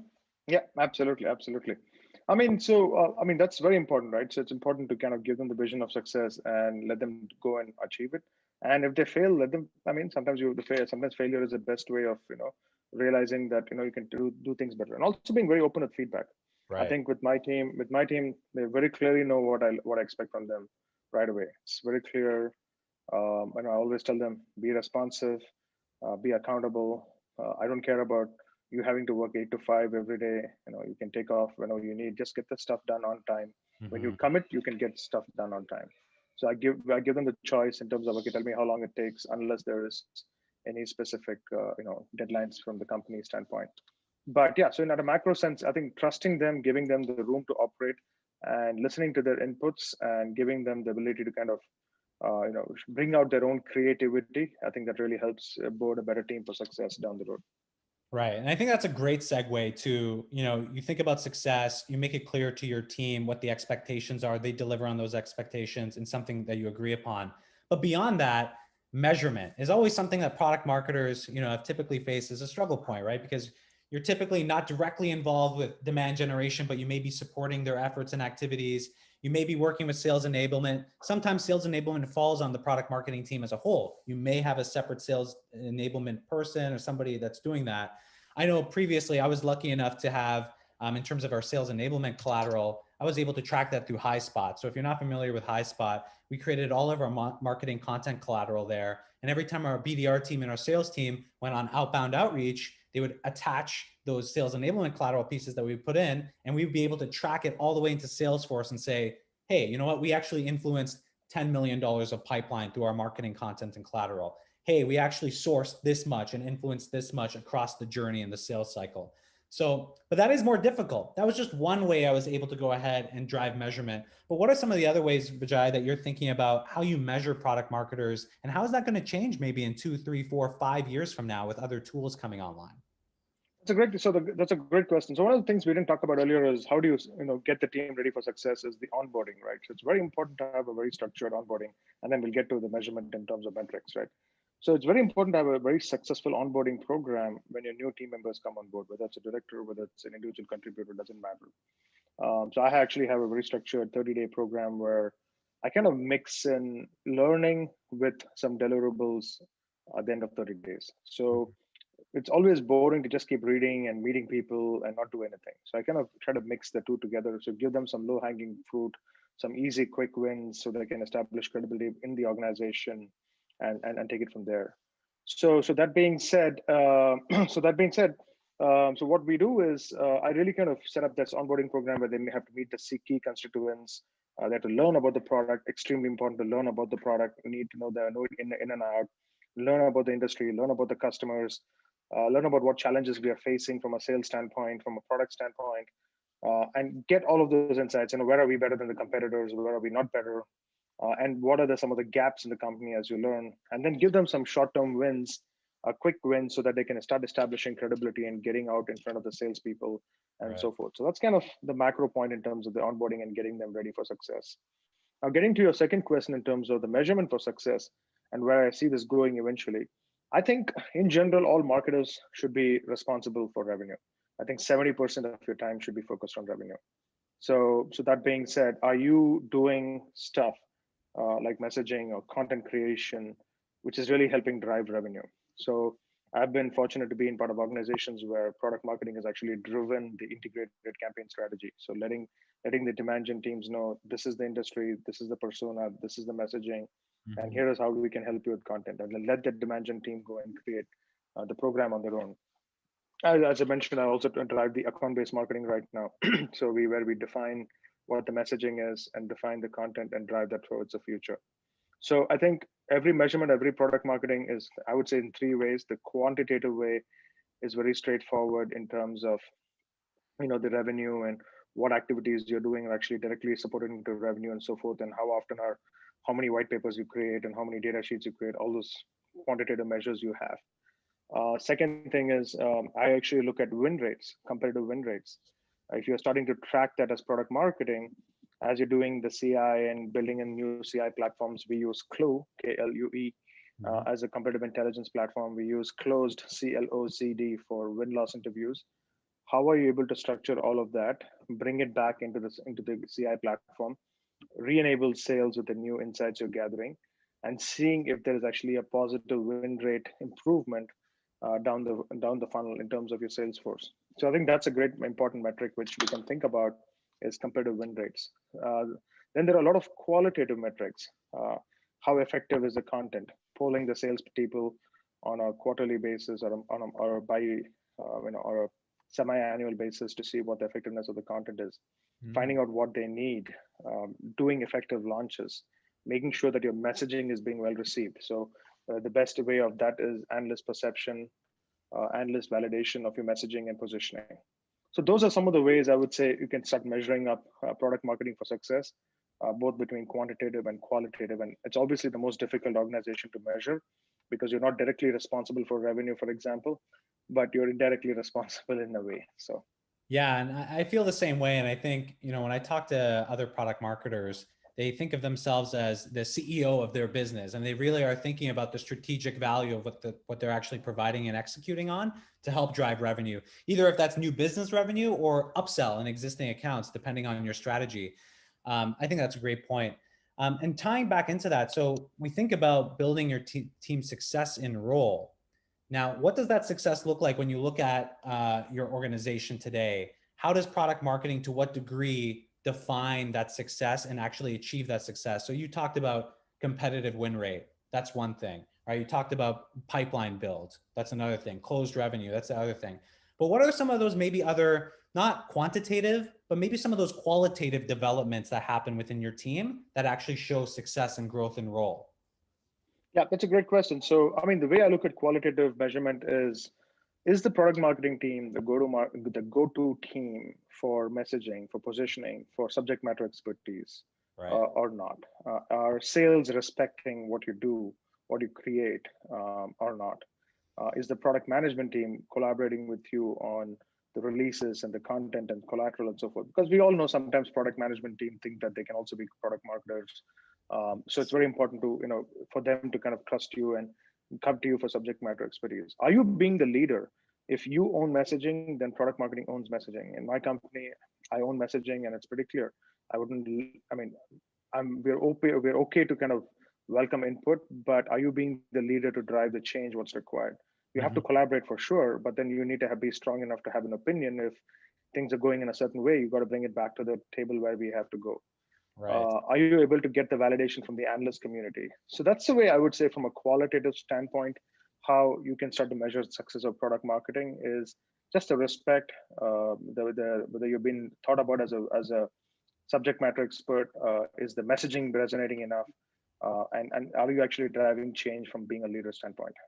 I completely agree. And I think, when I look back at my first 6 months at Airbase, it was around making sure that, all the things that I did was building that rapport and support from the product team, the sales team, the customer success team, in terms of they're coming to me as the subject matter expert in this domain to get understanding. How should we be talking to, our customers here? What type of ads should we be running? Are these the right pain points we should be actually focusing on? All of these things absolutely make sense. And when I actually think about how I enable my team to get to that point, because that's what I think is successful, is when you are looked at as the knowledge base of success in the marketing organization or the organization as a whole. When people are coming to you, I think about it in two streams personally. I think one way you can do it is not only are you going to prepare a structured onboarding for them, which I think you've talked about today, that's going to help them, but also putting them and aligning their initiatives to activities, especially in the short term when they're onboarding, helps them organically develop that knowledge as they're doing it. For me, I know I learn, yes, I can read and learn, but me for actively doing the work, that's how I really learn. And everyone's different in a way. So having a good mixture of those type of activities through the onboarding and what they're doing in their first 6-8 months will help accelerate that and actually get them to that point where they are the subject matter expert of the product, the market, and the customer, and they can be seen as that across the organization. Absolutely. I mean, that's the whole idea of quick wins, right? Give them enough quick wins, which doesn't take 6 months to finish the project. It's short, 2 weeks, so they can actually learn as part of the process. So if it's developing a summary or developing a competitive update for the market, they can go reach out to sales, find out who are the key competitors we are facing. How do they deal with situations? So that's one level of input. You can go and read online. You can go read your existing material, what's done. You can go and talk to the product management team, the delivery team, customer success, and then you can formulate your plan saying, here's a competitive update, and here is our go-to plan going forward. I think that's why the advantage of quick wins, as you mentioned, really helps, because you can learn, and at the same time, you can do the work and learn that way, and then take it from there and build the credibility, which is most important. I completely agreed. I think especially in the beginning, that influence is extremely important. And I know it's helped me, especially if you build that influence early. Those strategic initiatives that, we talk about the we and getting all these cross-functional groups together to work on one initiative, that's important. If you build that rapport early on and that influence, then you can move mountains with the rest of the team and quarterback everybody to success. Completely agree. So we're running out of time here. I would love to give some final comments to wrap this discussion up. Is there any last notes you'd love to leave with everybody on this fireside chat? No, I don't think so. I think only comment I'll say is I think product marketing is a growing function. I think, in my opinion, it's the most important function in marketing, especially in high tech. I think because if you don't know the product, if you don't know the messaging. If you don't know who you're supposed to go and target, nothing else is going to succeed. So I think that's the most important function. And I'm glad that the Product Marketing Alliance is starting to build this community of product marketing experts so we can share our ideas and learn from each other. And last thing I would say is it's one of the most difficult functions to look for good quality people. So, and I'm glad the Product Marketing Alliance is helping develop good quality product marketers to help get the next generation of great product marketing in the industry.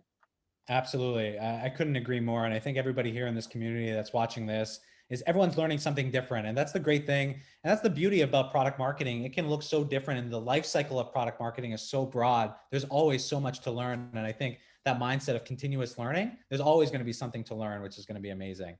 So that's the wrap of this fireside chat. Vijay, I want to thank you again, and thank you everybody for attending and watching. If you have any questions, I believe they're going to be leaving our LinkedIn bios in the description somewhere on this chat, which is going to be great. Feel free to connect with us. We'd be happy to connect with other product marketers as well. Thank you, Sonduren. Thank you, everyone. And I hope you enjoyed the session. I enjoyed as much as sharing our experiences. And we look forward to hearing from you all at a later stage. Thank you, everybody.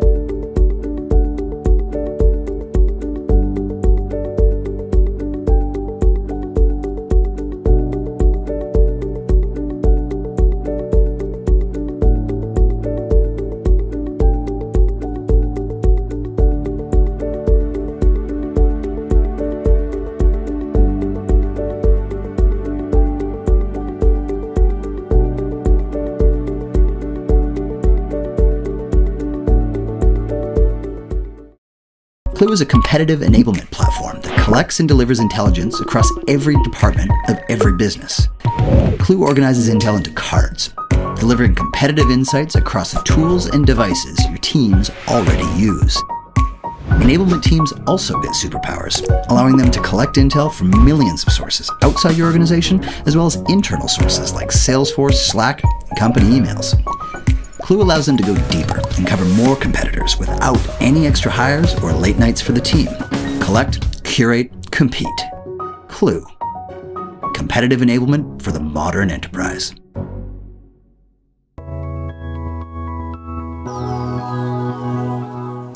Hello, wherever you're joining us from today, I want to say a huge welcome to our global community. We hope you're enjoying the Product Marketing Festival. I also want to send out an extra special thank you to all our sponsors, partners, speakers and participants who together have made this event possible. Their sessions are bursting with insights to help you level up. But remember, the learning doesn't stop here. If you aren't already, you can become a PMA member and benefit from unlimited access to exclusive templates, frameworks, mentors, and our entire library of on-demand event content.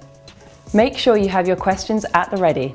Simply post your question in the comments section and get awesome advice directly from our expert speakers. Or continue the conversation with your fellow product marketers in the PMA Slack community.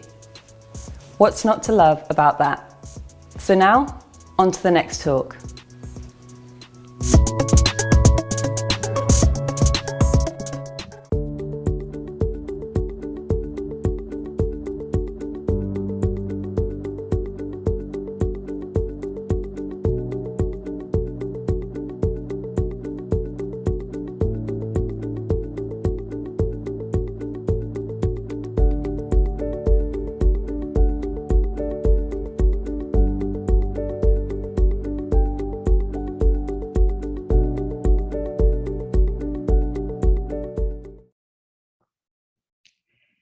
Hi, everyone. My name is Maria Massad, and I'm a Senior Product Marketing Manager at G2.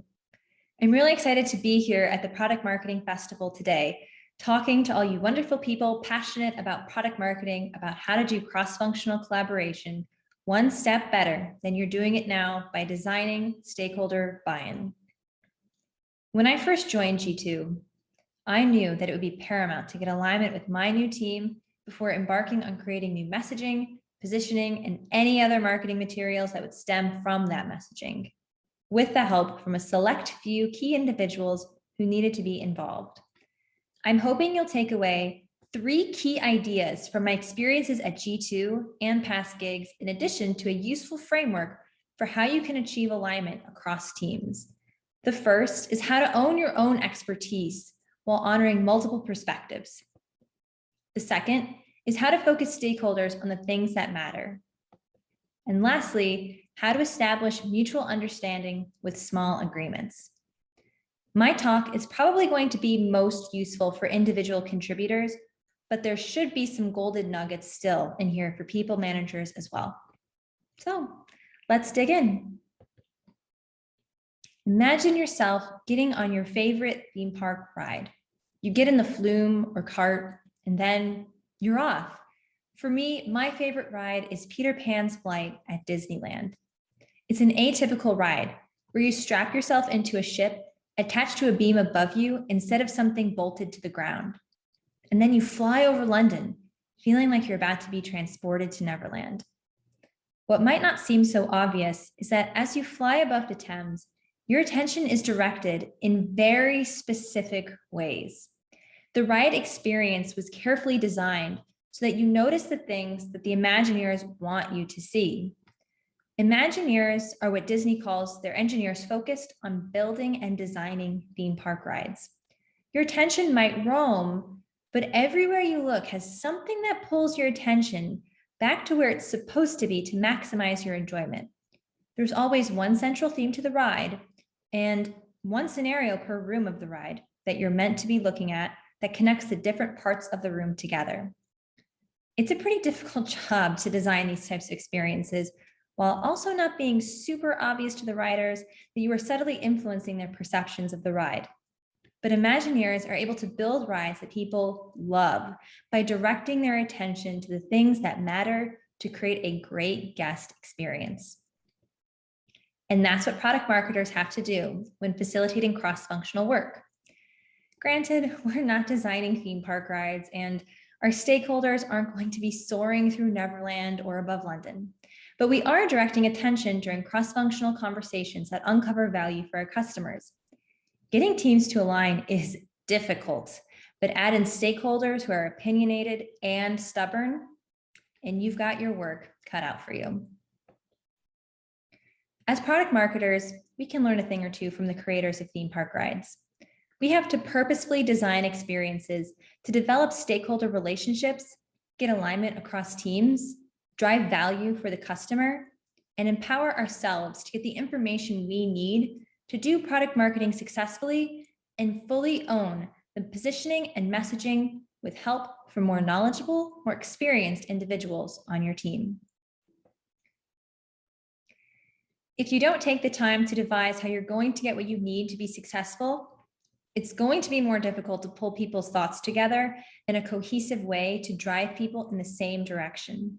You've got to put your Imagineering cap on and think about how you'll direct your chosen stakeholders' attention so that they can articulate their thoughts in a productive manner that helps you do your best work. Otherwise, chaos ensues. I found that a workshop format, even in a virtual environment, is the best way to get creative juices flowing and get people energized about how they are contributing to the bigger picture. Before we dive into the actual workshop framework, I want to make sure I clarify that product marketing is not simply collecting feedback. I'm not saying that feedback is bad. Quite the opposite. I view feedback as a gift when executed well.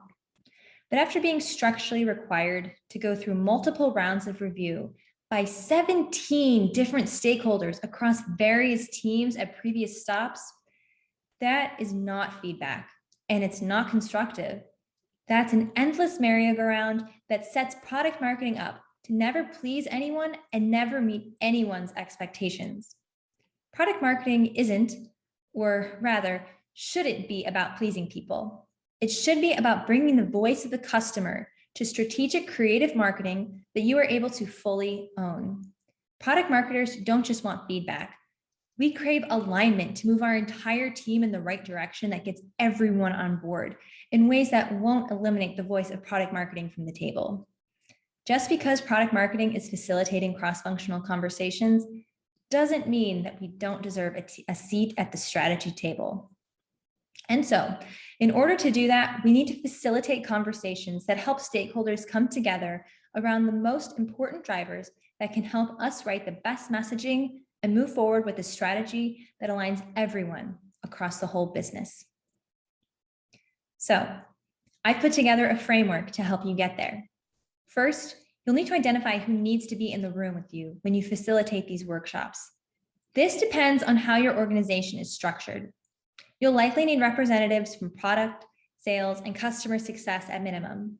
Aim for less than 10 voices in the room, and that includes yourself, and if they want to attend, your manager.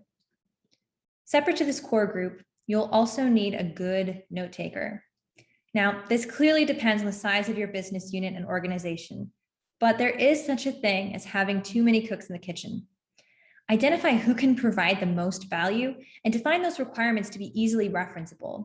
If you need to, you can always loop others in once the core team you establish is aligned on the most important points that feed your product story.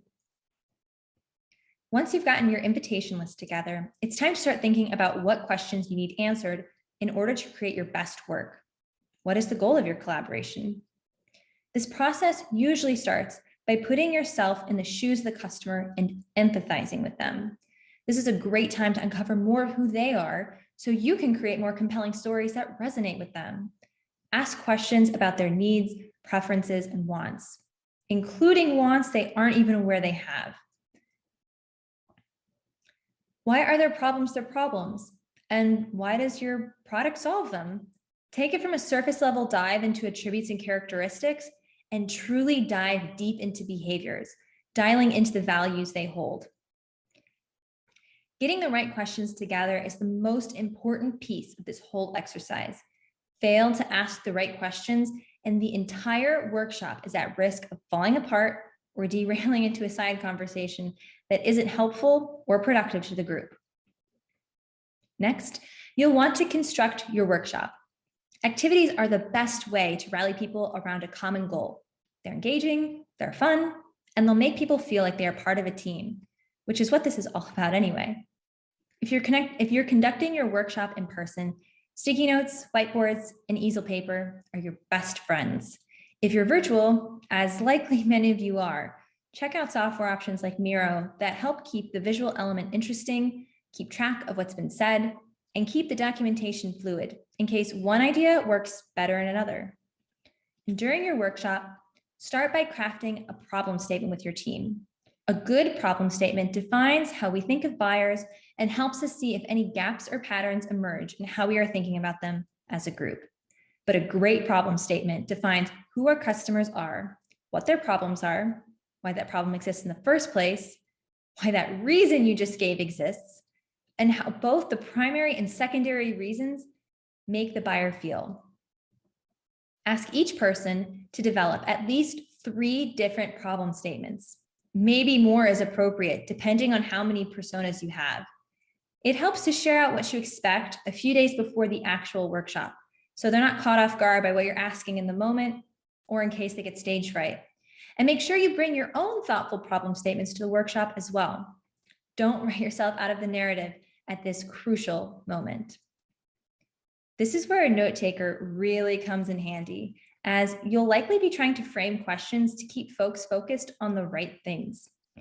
Asking open-minded questions and open-ended questions, starting with how might we, will get you where you need to go without leading stakeholders to the answer you want or expect. Product marketers are smart, but we're not always right. For example, how might we talk about our buyers' motivations? How might we drive action in our product? How might we consider what our competitors are up to? Write as many problem statements as you need, as many times as you need, to let people voice what's on their mind in a predetermined time span. And that's because having a time limit keeps people on track. Find your sweet spot as a team and uncover buyer motivations that were hidden or not thought through before. How might we's are especially useful to keep in mind if there is disagreement between stakeholders. Instead of letting one person dictate what the team will do, step in, acknowledge what's going on, and diffuse the tension by asking how might we's. How might we take Ms. X's perspective into account? Or how might we find a way to encourage Mr. Y's thoughts on the subject? Encouraging them to make small agreements will expedite getting to the core answers for everyone involved. The next step is much more straightforward. Document the agreements you made in the workshop. Add all the problem statements to one easily accessible document, and then analyze what trends come forth. State those patterns clearly and discuss how you plan on using these insights in your future messaging and positioning. Then share it out with participants to ensure the core team is on the same page.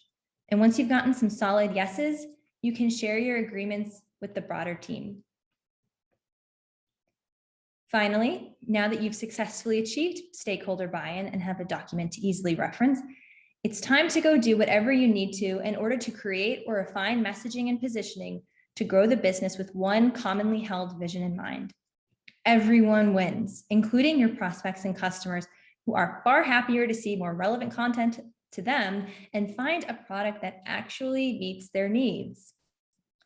But none of this is possible if managers don't trust their people. People managers need to empower their direct reports to own their ideas, strategies, relationships, and outcomes. So if you feel your direct reports aren't doing their best work, it's your responsibility to understand why and then to believe them. Don't come to the table with blame, insults, or negativity. Come at them with the same empathy that we should be using with our customers to understand what's going on in their world. Be open-minded, be curious, and be open to change. To do that, you've got to trust them. In order to empower them successfully, be a partner, not a manager. And that means going to bat for them when they're experiencing roadblocks, and trusting that their ideas are worth testing, and having faith that letting go of their day-to-day activities will turn out fine. Only then can the real magic happen. So there you have it. This framework, when in empowered hands, can do wonders for your company and for your product marketing. It did for G2. G2's product marketing team adopted this framework after I developed and launched it earlier this year. Our product marketing team is an award-winning team, so if we use it, you'll probably find value from it too. And speaking of G2, we are hiring. If you're like me and you love the freedom to build your dreams out while making a real difference in customers' lives, while working with amazing people who care about you as a person, while having the flexibility to transform the way the company works, you will love it here. I know I do. So check us out. Well, thank you so much for giving me a smidge of your time today. I hope that you found this framework to be a useful way to design stakeholder buy-in. If you'd like to connect further or just chat about what your favorite theme park ride is, feel free to connect with me on LinkedIn or Twitter. My handles are below. Otherwise, I'll see you around at the other fantastic sessions the Product Marketing Festival is offering. Thanks again. Cheers, everyone.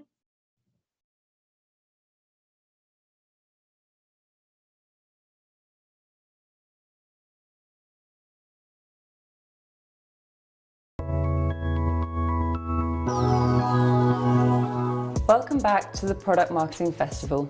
I hope you're enjoying the content so far. I want to thank you all for joining us and send out an extra special thank you to all our sponsors, partners, speakers, and participants who together have made this event possible. Their sessions are bursting with insights to help you level up. But remember, the learning doesn't stop here. If you aren't already, you can become a PMA member and benefit from unlimited access to all this week's content, along with a whole host of other exclusive content and tools. What's more, why not check out Product Marketing Core, our industry-renowned certification? Join hundreds of your PMM peers and get certified today. And remember, have your questions at the ready. Simply post them in the comments section and get awesome advice from our experts. We've got plenty more magic up our sleeves that's guaranteed to blow you away. So sit back, relax, and enjoy the talks.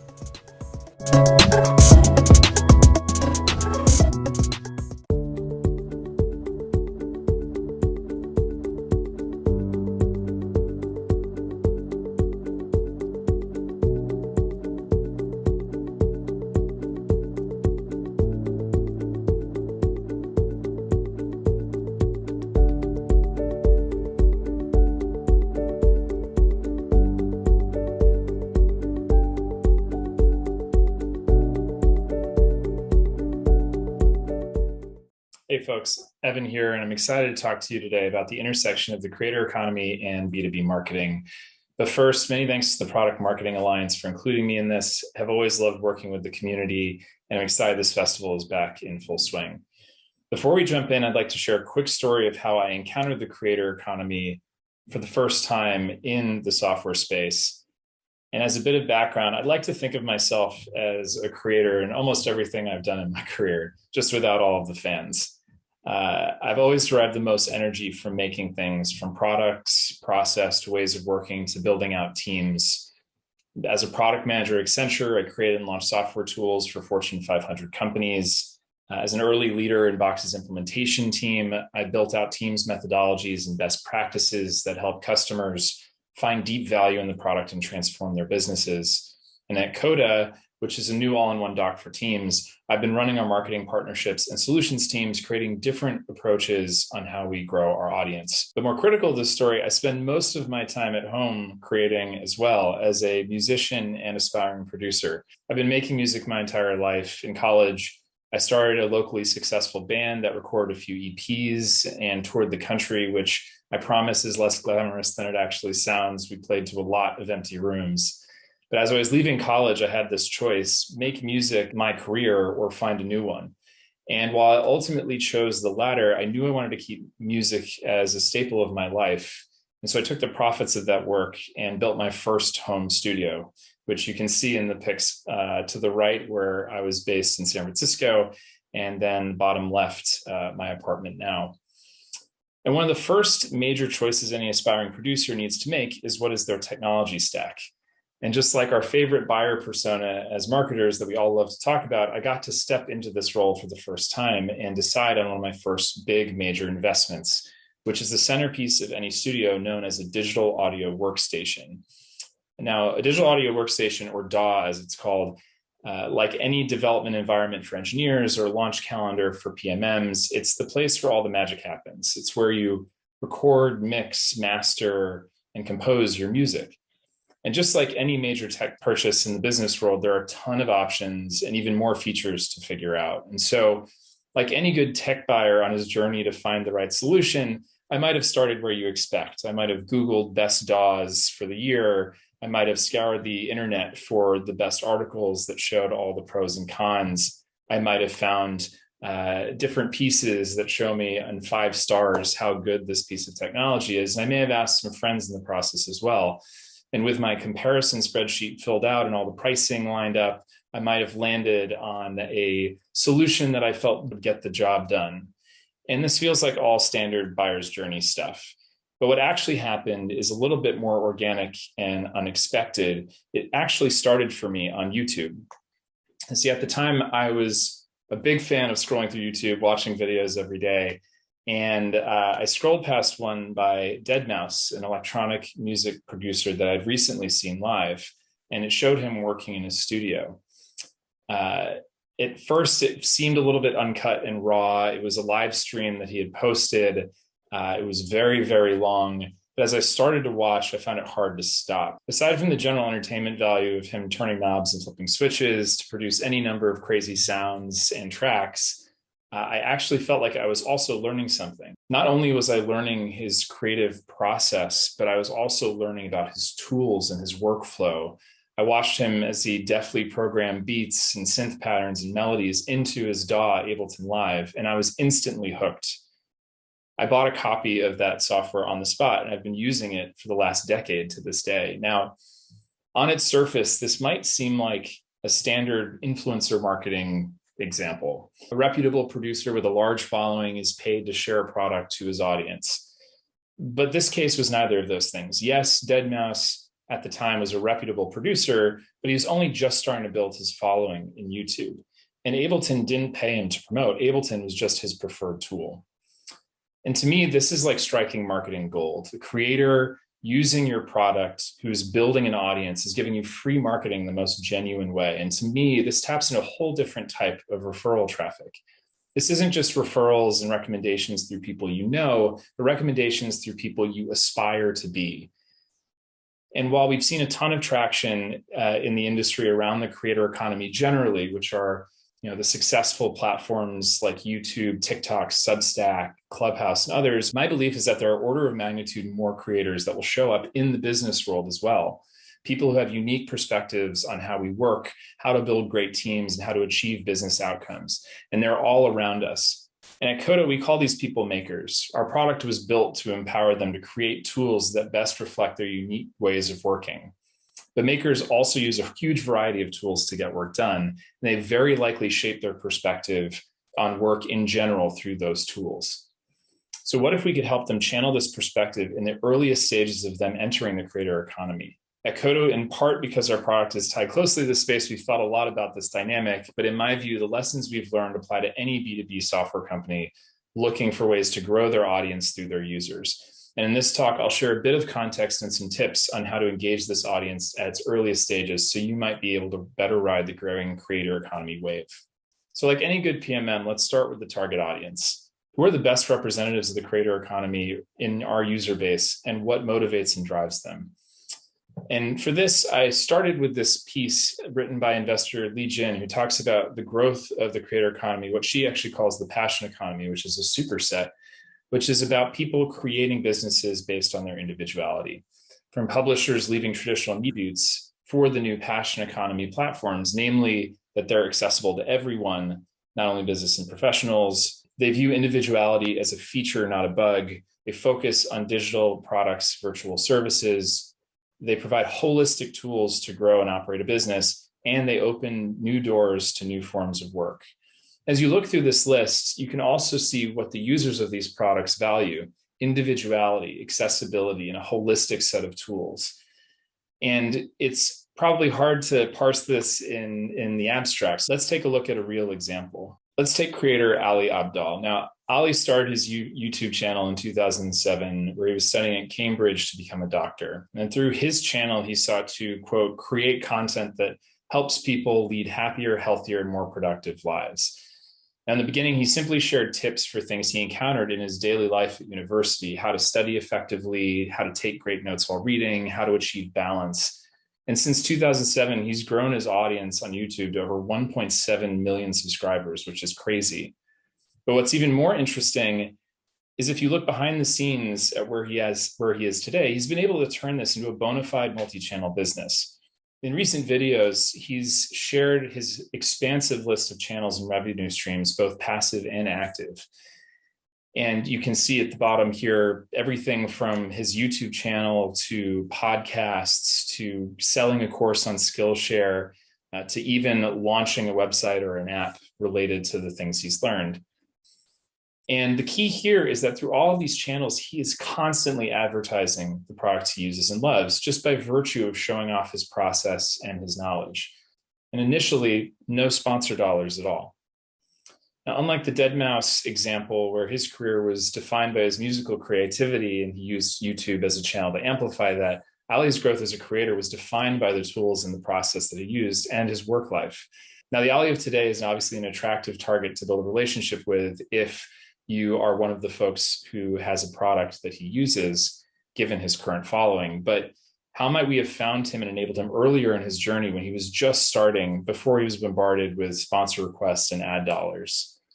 Now, to start, we looked at our most engaged users, and not only folks who are showing up in our daily active user charts, but really folks who have patterns of making and building systems and tools in our products. Now, it's a little bit easier for us since we've actually codified this as our primary audience as we grow Coda, but you might find this in certain archetypes or certain types of use cases of your product, folks who are in systems architecture roles, or folks who sit between a bunch of different teams who are responsible for coordination. And these folks will not only show patterns of using your product, but also building things around it that might indicate that they are developing a broader point of view or perspective inside of their company. We've also built a strong relationship with customer success to make sure that we're surfacing the conversations that they're having day to day with users in the way that we prioritize and think about this target audience. The second thing we'll do is find users with a growing audience. And this is a little bit harder to do, but some of the current data enrichment tools like Clearbit and otherwise help you identify folks who do have audiences in different social channels. But even looking through social channels directly, not just Twitter and LinkedIn and Facebook, but also looking in places like Reddit and other forums where they may be participating. Even looking through your active community channels, you'll find folks who are starting to develop their own voice inside of those communities, folks who would benefit from you helping cultivate that relationship and that journey for them. And the last bit is aligning your story and positioning to this target audience. And this can be done by obviously doing some of the standard things you would do, which is interview users, understand their motivations, their pain points, the things that they want to achieve, but also figuring out how your story broadly and your vision as a company supports their vision of growing their audience and their personal brands. At Coda, it's clear that we believe in this maker generation, and we want to make sure we're amplifying the voices of all makers through the work that they do with our product. And that creates a great basis for us to support their growth in a way that's very genuine and doesn't feel like it's just a marketing gimmick or strategy. So once we've identified our users, the second bit is figuring out what is the pattern through which we engage with them and how do we help them along this journey. Now, in general, based on the things we know about what our target audience cares about, as well as how to drive resonance for potential buyers of our product, there are three dimensions I think are worth considering. The first is credibility.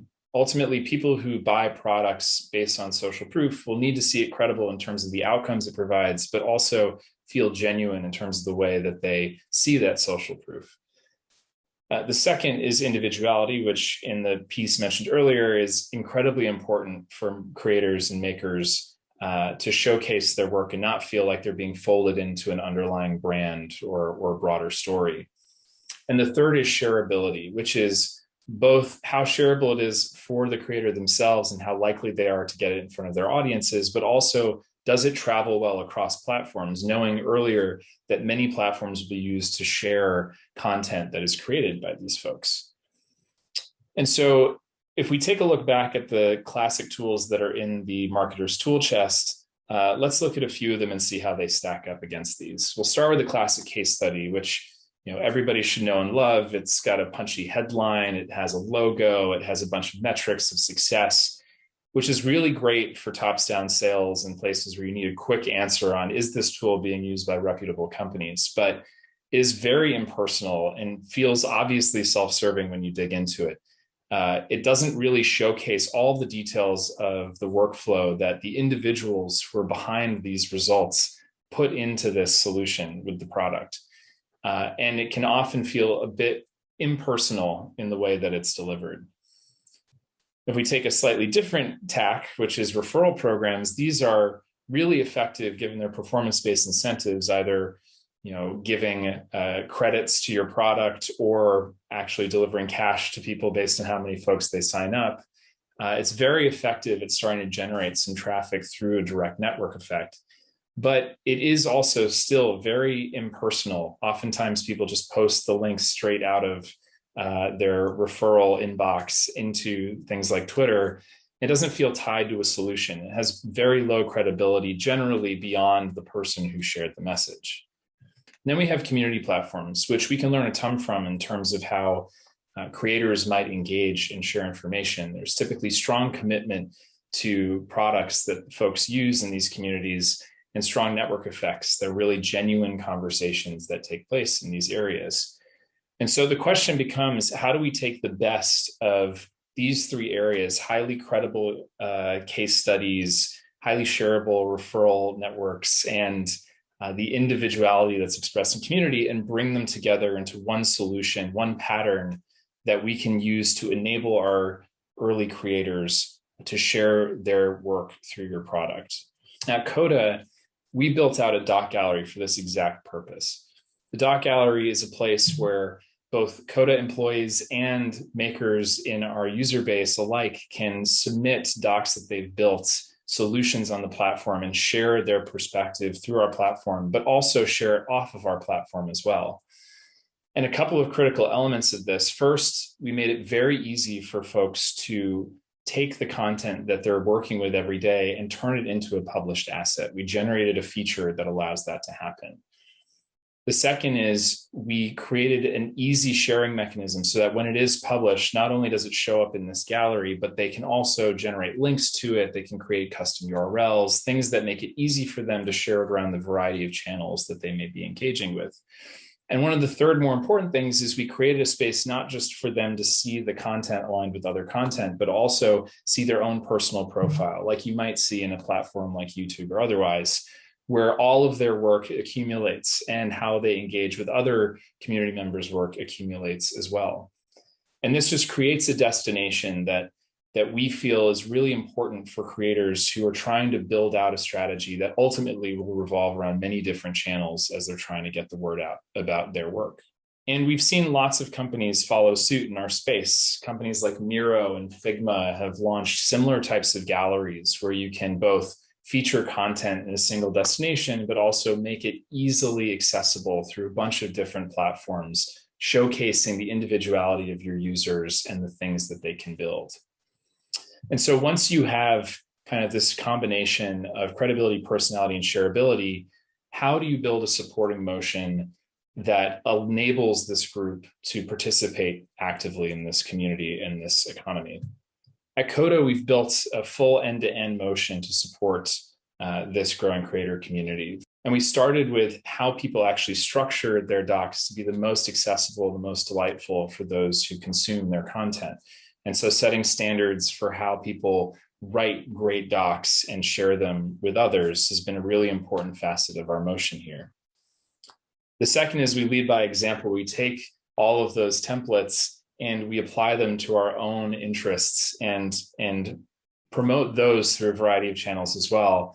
I spend a lot of time in Coda every day, but I still manage to find time to also create use cases that are maybe a little bit more playful or a little bit more personal than the standard work environment, like this doc here that tracks our coffee consumption throughout the day, or a Game of Thrones doc tracking the last season and the progress of all of the main characters. And so once we've established a pattern and we've shared it through our own voice and given creators something to pattern match off of, we also staffed a team to support the growth of this community.